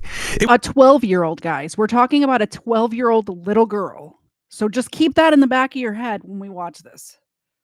It was said that Peña, who's a Venezuelan native and entered the country illegally, had an ankle monitor provided by ICE. Immigration needs to get redone. You tell me that with an ankle monitor, you're good, but you're still walking on the streets. Fox 26 spoke with Alexis Lucero, an immigration defense attorney, and he explained that ICE places restrictions on some people they release by way of a limited service cell phone or an ankle monitor. People are generally subject to detention when immigration authorities cannot make a determination whether that person is a danger to the community, or that they doubt that the person will actually present themselves later to immigration authorities. The GPS tracking devices are monitored by law enforcement agencies and contractors, but Lucero says ICE is limited by their budget and contract. Let's say, for example, somebody alters or removes it. It may be difficult for immigration to actually locate them after that process. Immigration may know their last whereabouts, but they may be unable to detect them later on. Jocelyn's mother says Peña and Johan Martinez took her daughter's life away, but her legacy will live forever. She was a very special little girl that deserves her justice, and I know she's gonna make a difference in this world for all children, and now it's my job to make sure it continues to happen. Peña was given a $10 million bond, and the second suspect, Johan Martinez, is due in court tomorrow morning. Now, District Attorney Kim Ogg says they will ask for the same bond amount for Martinez as well. I'm reporting live in the studio tonight, Jonathan Mejia, Fox. Thank you, Jonathan. I appreciate the report. So we're talking about a 12-year-old little girl. This reminds me so much, although the Lake and Riley case was an older girl. She was in college. But it's the same sort of situation where we have an immigrant here who's here in the country without going through the proper procedure to be here, and then ends up killing somebody. And in this case, it was a 12-year-old girl that he ended up killing, which is crazy. You know, it's crazy that it just keeps happening over and over and over again. Hi, Stephen. So what keeps happening over and over again? Me getting kicked off the call? Yes. Yes. It works. It'll be fine now. I'm on my computer. So okay. We're good. All right. So you have a picture of me as I know it's really weird. I'm trans. I'm now trans. Oh, so what's going on? Yeah, we were just talking about some illegal immigration and how they keep killing young girls. Yep, killing and raping, and as one does. Yeah, yeah, yeah. What's I mean, I don't even follow this stuff anymore. I mean, when I used to cover a lot more crime, I tried to keep up with it, and I would be like, why didn't you remember that girl's name? And of course, I wish I did. But when there's like 150 a year, it's like, I feel terrible, but it's like, it's just one after the other. And, until, people in charge are willing to do what it takes, that I'm definitely not going to say on YouTube. Well, it's not going to happen until, we have this administration, I'm afraid to say. So hopefully there's a change in 2025 or, So but I mean, but the existence of Grady Judd, just for instance, implies that there could be other local sheriffs. I mean, what's it called? The president dictates the culture in a big way, and some of the sheriffs that do do what it takes may get either prosecuted or voted out or whatever. But it would set the tone a little bit. I'm as big of a political junkie or whatever as the next live streamer, but it really is more possible than people think on a local level, because they're not being charged with like federal murder, are they? I mean, they're just illegal immigrants being charged with state crimes, correct? Well, I mean, it depends on the crime. Obviously, if they cross state lines or something like that, it ends up being federal. You know all about federal charges, so you know. I do. Hey, I do some crime to report on, actually. Oh yeah, what'd you do? Which capital did you storm? No. I'm rehabilitated. Right, I forgot. I'm like Morgan Freeman in the Shawshank Redemption. Gotcha. I just went home for. I'm spending the summer at my mom's, but I went home for a night to grab my mail and check on the place, stuff like that. And I got this nice, fresh letter from the United States government saying that I'm officially off probation. Nice. You should get that framed. Put it in your background of your studio. Yeah, should I? Yeah. Now you got to get that. You got to get that expunged. I know. Yeah. I posted it on Twitter for like 3 seconds and it had like my full address on it. I was so excited, and then I was like, delete. It's a little self-doxing. Never hurt anybody. But I'm so excited. I was like, I have the thing where it notifies you what you get in the mail through your email, and I saw I got it. I was like, that's either me getting off probation or me violating probation for something I did. More charges. That would suck. Yeah. Yeah. So, I don't think they would send you a letter about it, though. They'd just show up at your mom's house at 6 p.m. Yeah. Right? I've paid my debt to society. There's a hotline I can call to see how to get my rights restored.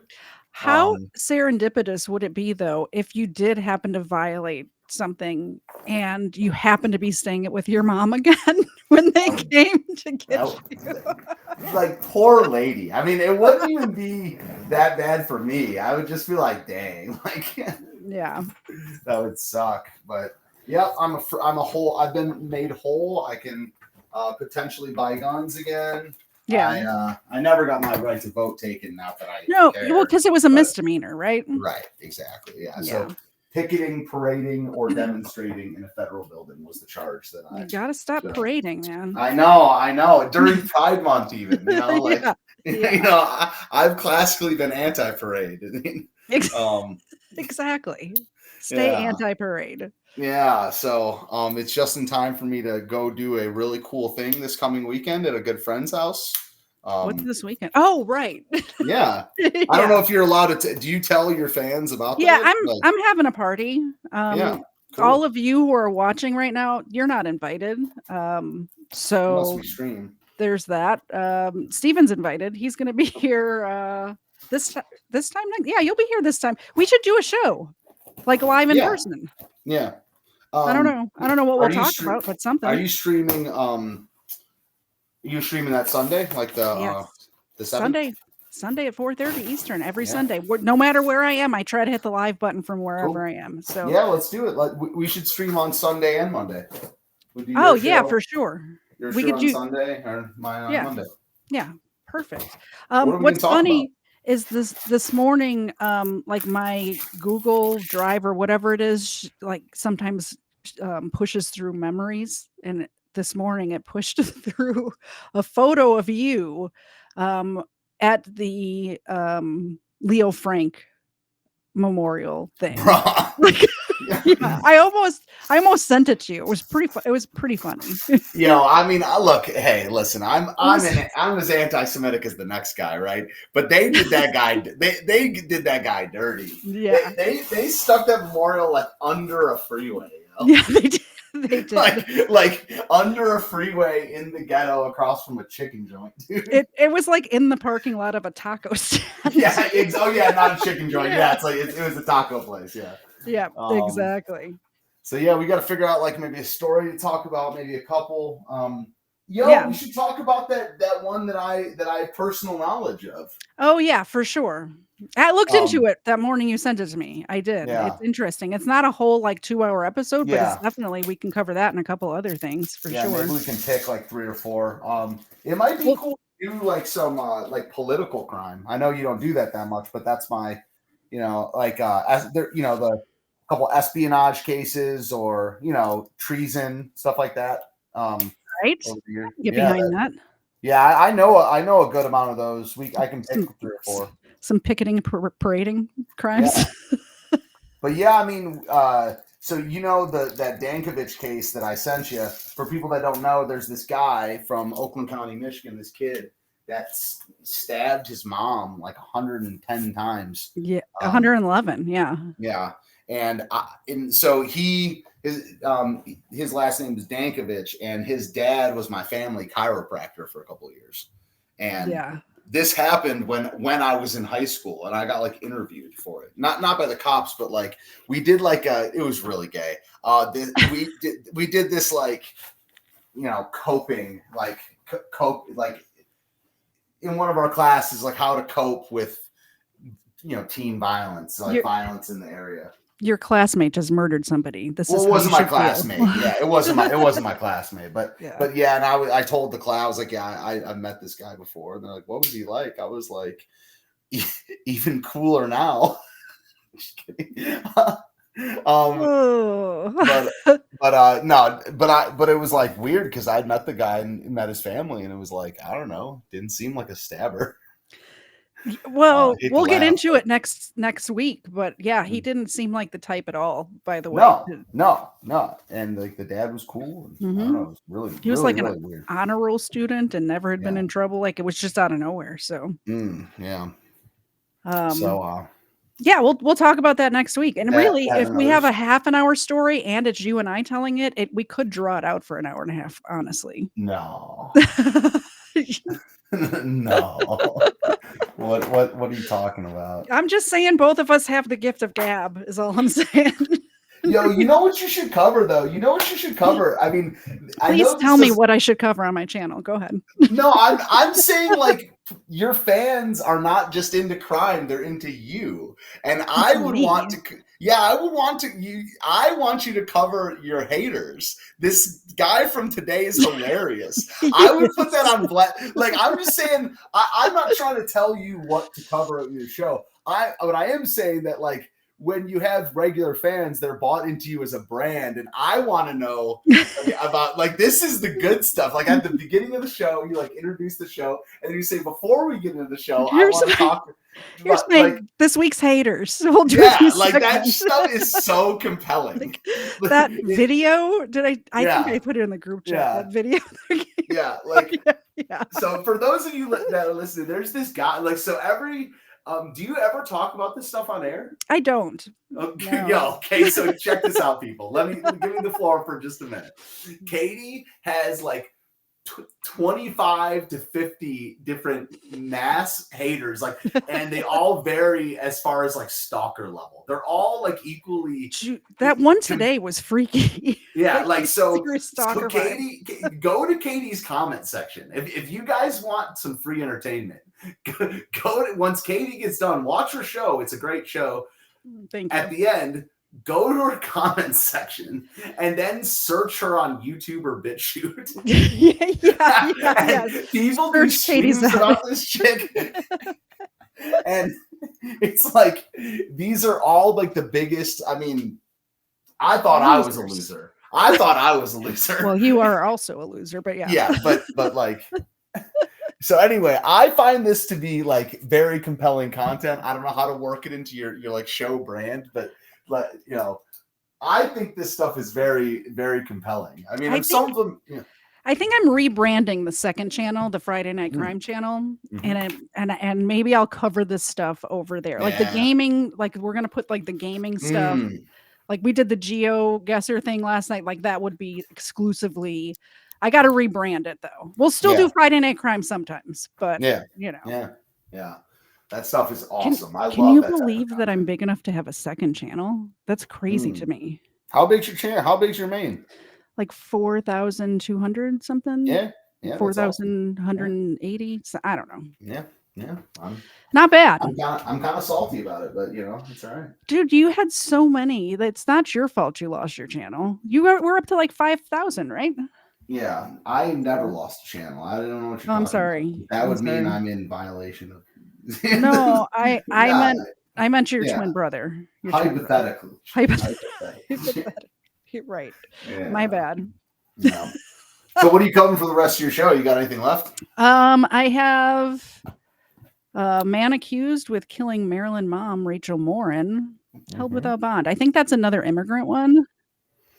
I think I have a couple of immigrant ones. And then, here's one, a shooting spree in Manatee County.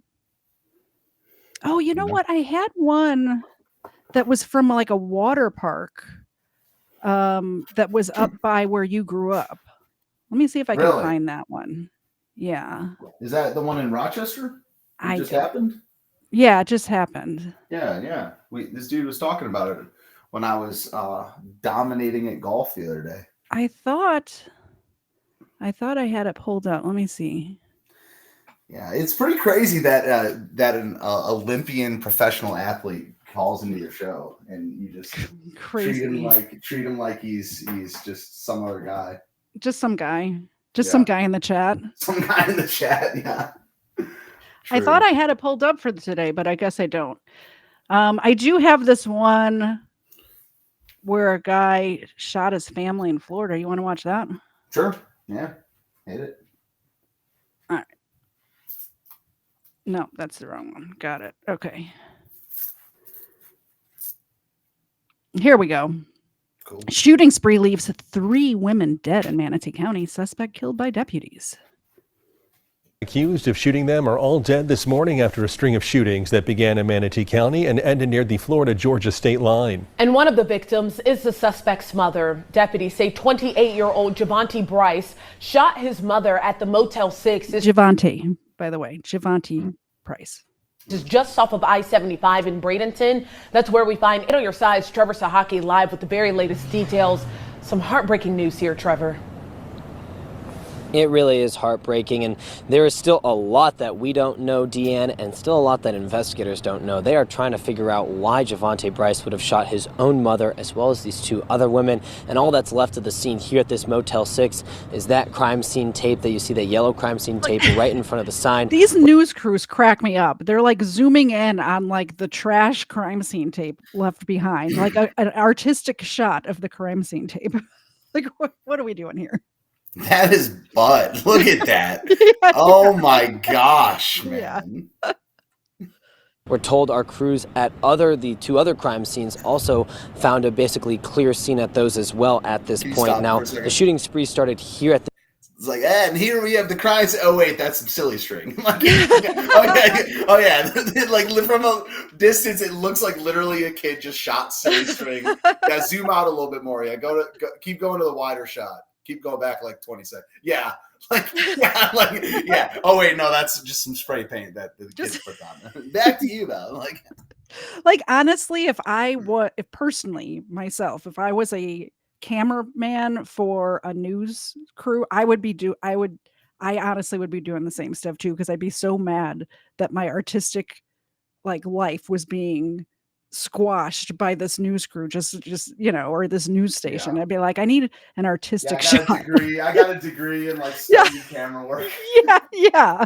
For this. Yeah, Yeah. I mean, but that's how it is though, because there's no money in art really, unless you make it big. All the money's in corporate, and I think about that all the time when I'm teaching. Like some kid just won't practice Yankee Doodle, and I'm having to pull teeth just to get them to play a D note correctly, and I'm like, okay, this is what 8 hours of practice a day for 10 years got me.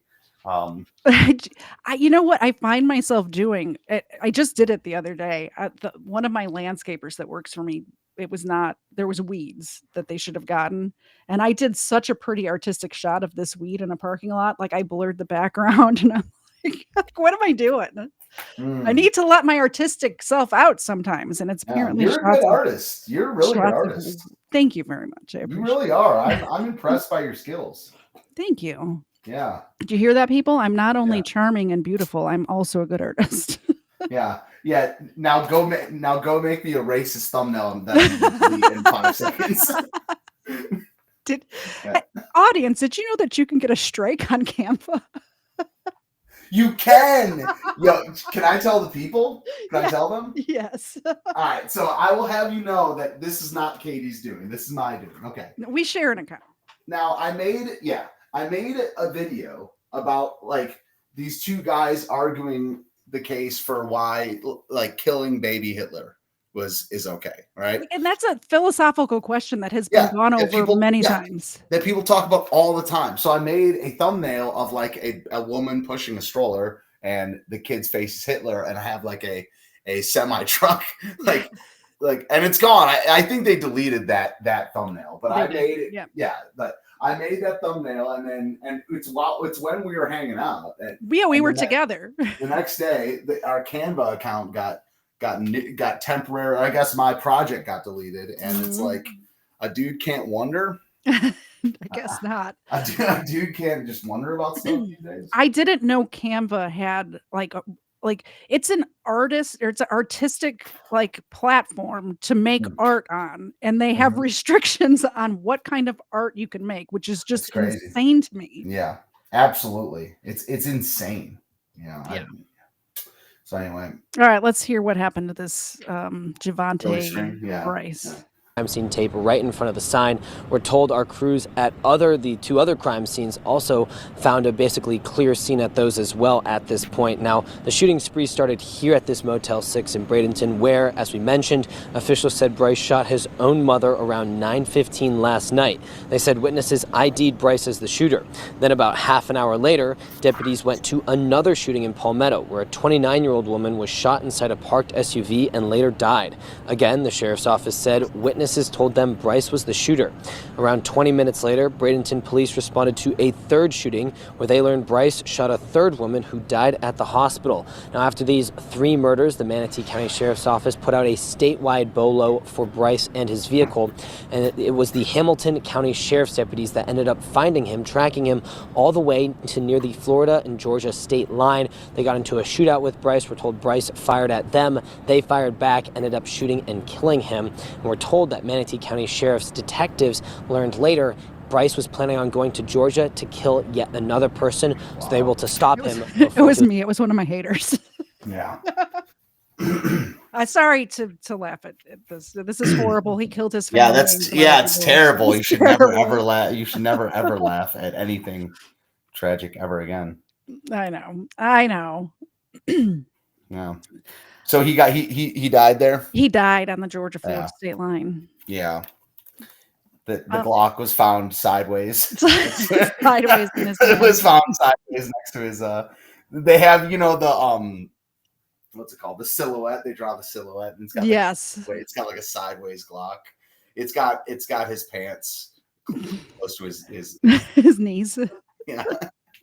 Hey, did you hear about this guy in Queens where this whole neighborhood of people hunted him down and beat the crap out of him after? Really? Yeah.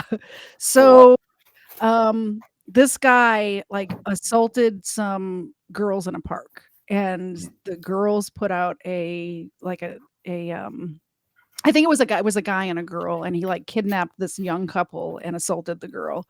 And they put out a really good description of him, including a tattoo that he had on his chest. And it was a very close-knit community in New York. And they found the guy at like a bodega, and they held him there and beat him until the cops came. Did they yeah, I mean in favor?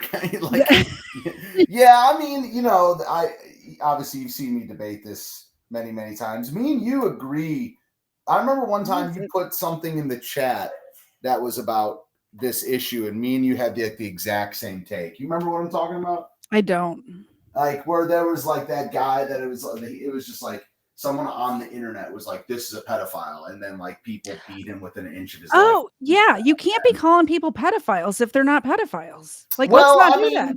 Sure you can. I mean, I don't know. Like, well, that's not my problem with it. I mean, because when you think someone does something, I don't believe that most people have the self-control to just be like alleged. You know, like people, you know, like if you're just having a conversation and it's like for instance, you're not allowed to call OJ a murderer then. And I know you think he is one, right? And Here's the thing. There's only one crime that like getting called a murderer doesn't put the person you're saying that to's life in danger. Right. Calling them a pedophile puts their life in danger. There's only one crime that does that. Yeah.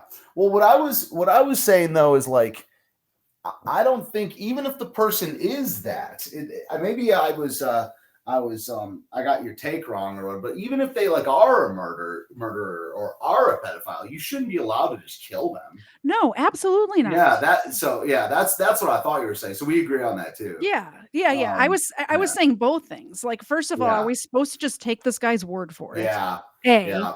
And B, what are we doing just assaulting people in public? But also in this case that we're about to play, I kind of like the community policing, especially in New York City, where the police don't come when you call them. Right. Like when you're in a situation where you know the cops just don't come. Like you have to police your own community, and that's what absolutely. Yeah. I mean, and the fine line is when it dips into like cruelty and vengeance, right? But whatever it takes to detain the guy, hell yeah. Like, I mean, if you're this community went a little further than just okay. So I'm looking at the screen. I'll be the judge, jury, and execute. Yeah, let me see it. Yeah. All right. Let me see it. Hood Watch. Tonight, we are hearing from the people who spotted an accused rapist in a bodega and said they delivered a beatdown before turning him over to the cops. Police say he attacked. They delivered a beatdown. This news reporter my white brother, like bro is cooning out over there. Oh, geez. Two 13-year-olds raping one of them last week in Casino Park, Queens, less than 3 miles from where he was arrested. Let's get right out to CBS 2 investigative reporter Tim McNicholas, live at Queens Criminal Court, where the suspect will face a judge. Tim. Maurice, a group of people in Corona tell me they saw a picture of the suspect on social media, and immediately they realized they'd already seen him around the neighborhood. So they were on the lookout, and sure enough, they saw him again, or on one this morning. This video shows Christian Giovanni Ingalandi on the ground just outside this deli, minutes after Jeffrey Flores says he spotted him. I come and I just grab him out the store. Flores and others in the neighborhood say they'd seen him at the store earlier and waited for hours to see if he'd return. And after that, I ain't gonna lie, everybody knew what's up, and everybody just started beating on him. The group says they used this belt to tie up his legs, seen here after the arrest. He fought with them, and the community still managed to hold on to him until we... What's that? Let me see what that guy looks like. Yo, he's fine. He's fine. He's mean, yeah. He's got a little bruising on his face here, you can see. Right. I mean, my official stance is that I disagree with crossing a certain line, but on the other hand, I'm not going to bat an eye. No, especially when it's a close-knit community and he raped one of their 13-year-olds. Like, it's like, you know, also he's got a very distinctive tattoo that she described perfectly. So yeah, it's definitely him. Like, what do they call it where there's like in real estate where there's your property is like an easement. There's an easement. There's an easement here. Like, you know, it's like I'm not going to be some hard liner where it's like, you know, only the law. I mean, that's my stance is only the law should be able to carry stuff out. But it's especially when you're caught in the act. Yeah, he was caught in the act. Yep. Of the second one, right? Of the second one, yeah. The one because there was the girl and her boyfriend were at the park together, and he like kidnapped both of them. So the boyfriend was a witness to this, you know. Yeah, and before cameras or whatever, and probably still to this day, with the existence of cameras, you know, if the guy just disappears or whatever, it's like discussing battle plan. Like there's plenty of things that are like all fair in love and war. Just don't tell me about them, and then I won't ever have an opinion. Yeah. Yeah. But instead you put it on the news. Yeah. So yeah, I kind of am down. I'm down with the set as the cholos or whatever you say. His legs, seen here after the arrest. He fought with them, and the community still managed to hold on to him until we got there. The NYPD says Ingalandi was treated and released from the hospital for minor injuries. Minor injuries. We waited 7 hours. It's minor injuries. Like they're talking about the perp there. The perp had minor injuries. He's fine. Yeah, he's definitely fine. Yeah. We waited 7 hours, you heard, all day, all night for him. This man, who goes by Forge and didn't want to give his real name, says Ingalandi likely would have gotten away if not for him and about 6 other people who helped detain him. You know what we do? On this side over here, we don't condone none of that. You know, he's a rapist. Angela Cerati says she's the one in this video. What's up? I said I love that. Yeah, I mean, because the thing is, I bet you the dude was trying his ass off to get away. Yeah. And yeah, I, Stephen Baker, approve of this message. They were holding him till the police got there, and they tripped and accidentally kicked him in the head or something. That's what happened. You know. Yeah, that's what happened. They were literally holding him down for the set. Yeah. Yeah. I mean, what happens happens. It's these. You don't know what happens in these streets. You know. I do. As a person that's well acquainted with these streets, yeah, I am the representative to tell you what is up with these streets. All right. Asking Ingalandi in Spanish where he was going. She says she also called 911. Because he kept trying to run. You understand? He kept trying to run from all of us. So I was like, where are you going? Yeah, he kept saying help, help, help. And then I told him to shut up. That's what the girls was yelling. One less guy in the street, you know, messing up the world. And the NYPD thanking and praising that group today. As for that suspect, he now faces charges of rape, sex abuse, robbery, and other crimes. He is set to face a judge here in Queens Criminal Court either tonight or more likely at this point tomorrow morning, Maurice. And Tim, emotions were clearly running high as this group grabbed this guy. Did they describe what it was like, what they were feeling in those moments? Well, I actually asked Flores about that, and he said one reason he was so mad and one reason he wanted to be on the lookout is because he has 2 little sisters of his own, and he soon will have a daughter. He said when he saw this man, when he realized it was the suspect, he said walking away was not an option, Maurice. Yeah, I think we can all understand that. Tim McNicholas tonight in Queens, thank you. I mean, I can see that. They didn't want to just let him go. You know what I mean? No, this is one of the most clear-cut cases I've seen that is just like fine. And the cops were praising them, not charging them with assault. Right. That's great. I love to hear that. And, you know, people act like the only law enforcement is cops, stuff like that. But really the citizen is by, I don't know how to describe it, like by nature of like physics and time is the first level of law enforcement. Absolutely. You have to protect yourself because... Well, where I live in an unincorporated part of a county. I don't live in a city. So if I call the cops, it could take them 20 or 30 minutes to get Yeah. here, unless they just happen to be in my area. Yeah. So we protect ourselves around these parts. Yeah. That's all I'm saying. Like, you know. Yeah. Try that in a small town. See how far you make it down the road. Exactly. Yeah. But that's how it is with tight-knit communities, you know. Yeah. And I mean, you live in a small town as well, and it's the same thing, I'm sure, where you live as it is here, where I know my neighbors and my neighbors are armed, you know. Yeah. So And yeah, well, there's like almost no crime where I live anyway, because of you know, because of the area, socioeconomic factors. Yes, that's what it is. Socioeconomic factors. Yeah. Yes. So anyway, so what do you have going on? Yeah. Oh my gosh, it's seamless transition.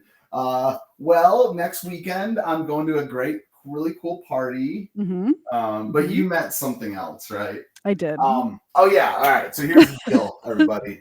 Get my plug on. I have a music festival coming up on July 27th in Nashville, Tennessee. And good old Enville. Yes. Land of the ends. Yeah. But yeah, it's pretty cool. It's called Patriot Jam. I know we got some Patriots listening or whatever, but it's July 27th. We're not releasing the location other than Nashville publicly because I have stalkers. Yeah, no, I mean, legit security is an issue, and it's at a small location. So if anyone listening right now happens to want to come, you got to get in touch with me on the internet. Pretty easy guy to find at jrnormus on many platforms, and you can email me jrnormus@gmail.com if you want to come to that. But and also, if you, sorry to interrupt you, but for my audience, I know how to get in touch with Steven. So if you want to go to Patriot Jam, my contact information is in my channel description. So feel free to email me and I'll put you in touch with him. And the thing is this is pretty cool because to sweeten the deal, Katie Z will actually be there. So if shout out to my haters. Yeah. Oh shit. Well, I'm saying, but either way, you got to get in touch. But like, yeah, I mean, if you want to come and we can do a meet and greet with Katie Z. Big shout out to the haters and the losers. This is the first time hearing about this part of it, by the way. I'm working. I'm doing your photography. I can't be meet and greet. Yeah, and by the way, I bought another DSLR. I'm looking at your rig right now, and it's looking sweet. So I got some good equipment for you to use. Awesome. But yeah, that's all I'm plugging for the next month or so.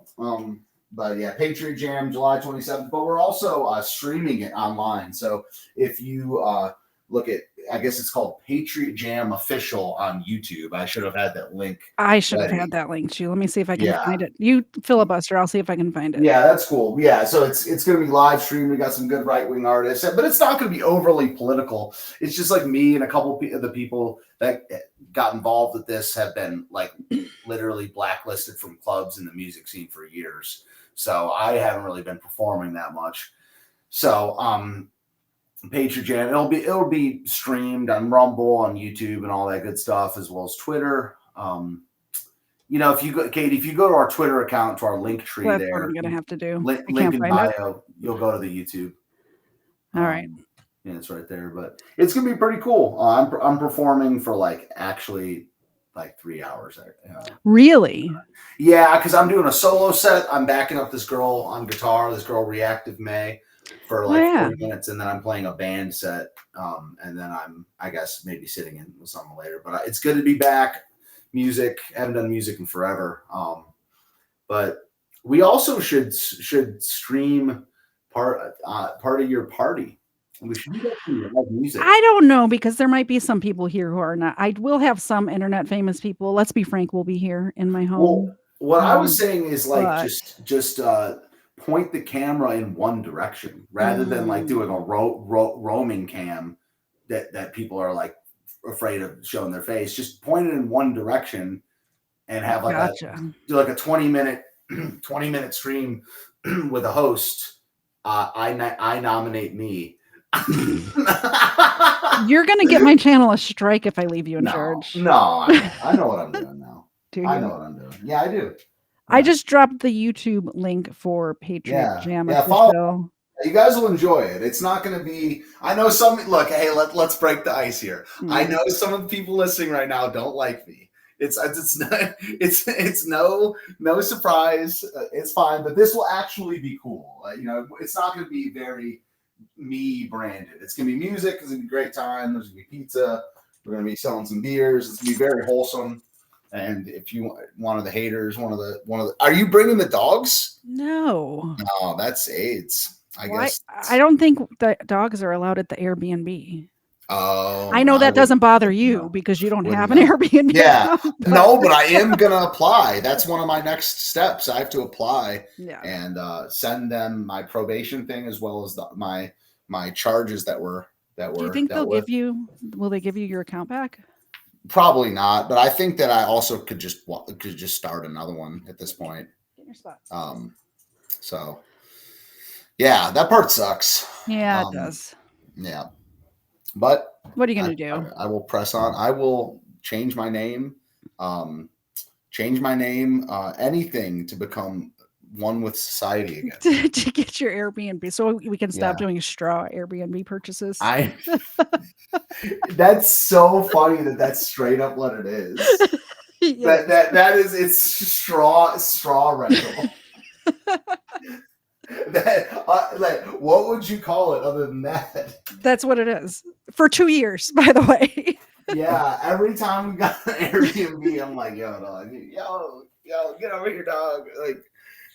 Hear me out. What if you get an Airbnb and for a while, when this first started, VRBO was not, or Verbo, whatever it is, was not owned, but now it's the same company, so you can't have either. Yeah. Now I still can do VRBO. Are you walking away from your computer as you're talking?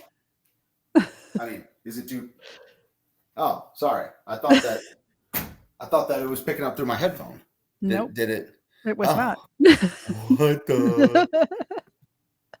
Oh, so that's what's going on. Is my audio okay? I mean, it sounds like you're not in your studio, but yeah. Is that better? That is so much better. Oh, so much better. Okay. All right. Sorry about that. Yeah, as long as I book through Expedia, I still can do VRBO. Oh, that's nice. Because on Expedia, they list all kinds of stuff, not just hotels. Yeah, I didn't know that. Yeah. I don't think I've ever know. used Expedia. Yeah, I'm regretting it. Feel like I get a raw deal, but anyway. So yeah, many developments happening, but mainly Patriot Jam, but also minorly. We got next weekend. It's gonna be fun. I'm pumped to see you. Pumped to see all the Zeds and the neighbors and the E-celebs, and I guess we're streaming twice. Yeah, everybody stay tuned to my channel next weekend. I don't know when or where we'll stream, but maybe an IRL stream walking around the little downtown. Something like that. Cool. That could be really cool. Like Friday night. Yeah. Because Frank Friday and everybody night. will be here then. And John from Oh, the Works Boys. yeah, we got to hit.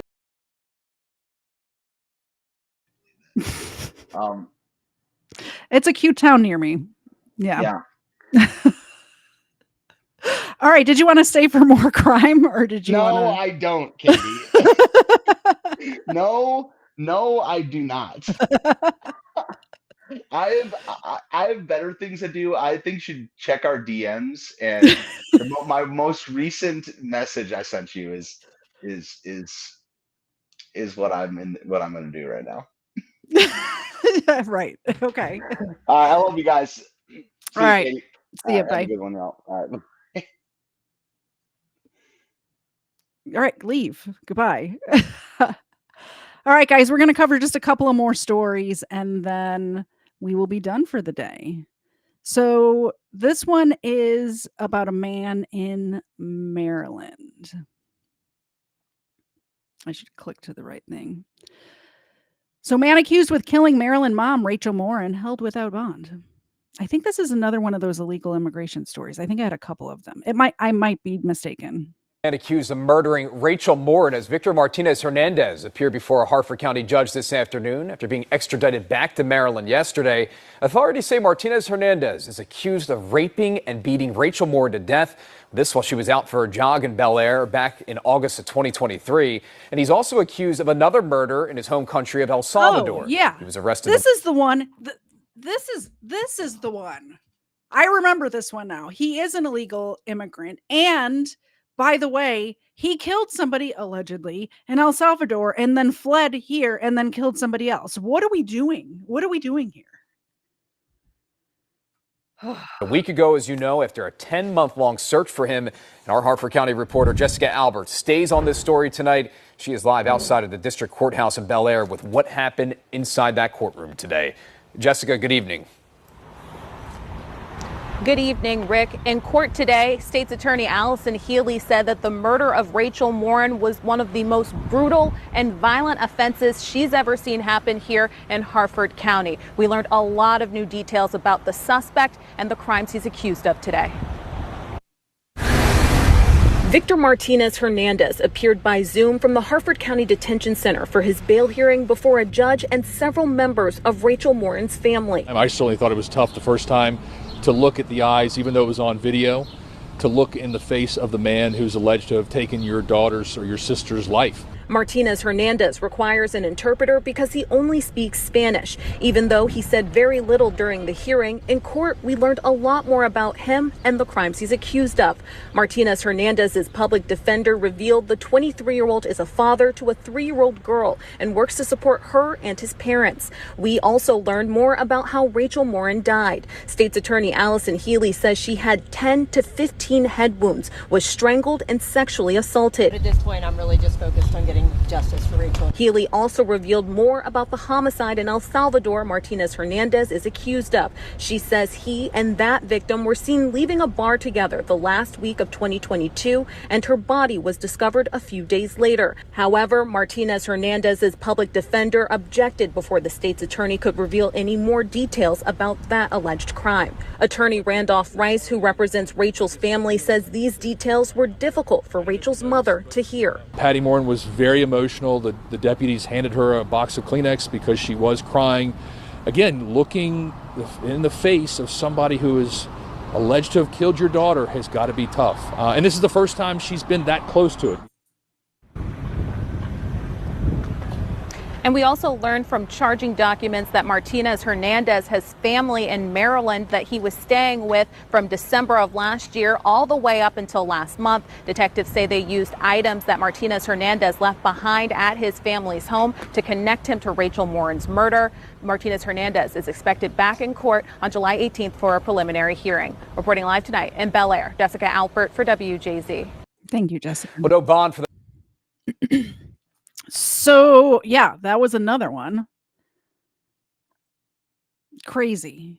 It just, ever since that, case, the Lake and Riley case, these keep popping up on my radar, and I don't know if I just never was noticing it before or if it's happening more often. I'm not sure, but it's kind of crazy that 2 of them popped up recently, just back to back to back like that. I don't know. What do you guys think? Is it happening more, or are we just hearing about it more? I'm not sure. All right, last one. We've been going for over 2 hours. Over 2. Following breaking news as the Corpus Christi Police Department confirms the discovery of human remains inside a wastewater lift station near Ennis-Joslyn at Lexington and Holly Road. Yeah, several agencies. Just so you guys, if you recall, that young man, I forget his name, that was missing out of Corpus Christi. He's been missing for, I think, about a month, and they think they found his remains, and that's what this is about. Along with CCPD and CCFD have been on scene since 3 o'clock this afternoon.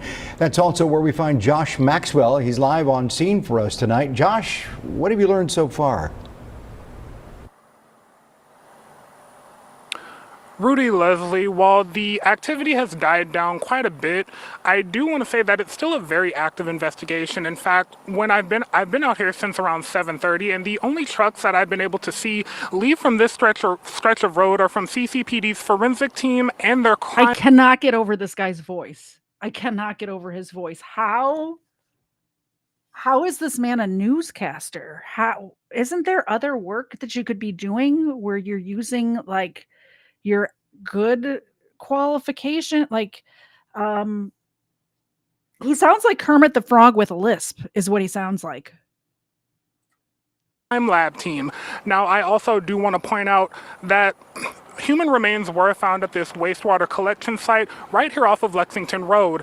And what I can start off our newscast and tell you is that there is no evidence at this time that these human remains are in any way connected to the disappearance of missing TAMUCC student Caleb Harris. However, the location not far from Harris's apartment complex is fueling speculation. And actually, to add some context to that speculation, I do want to tell you that I did speak with an elderly couple a couple of hours ago, and they were telling me that they actually parked on the side of the road for around 3.5 hours just because they were also curious about who these remains belong to. But here's what police had to say.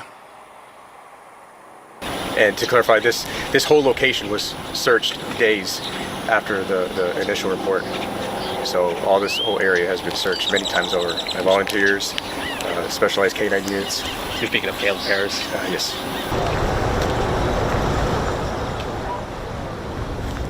Now, CCPD did tell 3 News that medical examiners are on site and will need to assess the scene. We'll need to assess the scene and the remains before an identity can be confirmed.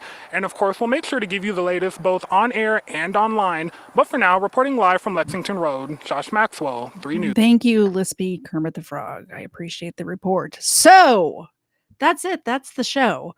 I usually tell you what I have coming up next week. And as you know, that Stephen just confirmed, I'm having people stay at my house starting early or mid next week. So I'm not sure what we're doing next week, but we will do something, and it will be, I'll definitely be live at 4:30 Eastern on Sunday, and we'll talk about something, but we're probably going to go live another time too, either Friday night or Saturday night. So just stay tuned, hit the notifications. While you're here, why not hit the subscribe button? I see some new people in the chat. I see you there. Hit the subscribe button. Come back and hang out with us. We're fun. By we, I mean me and my co-host, Zena. She does not do a lot of the work around here, but she's fun. Anyway, I hope you guys have a great 4th of July. And I will see you next time. Bye, guys.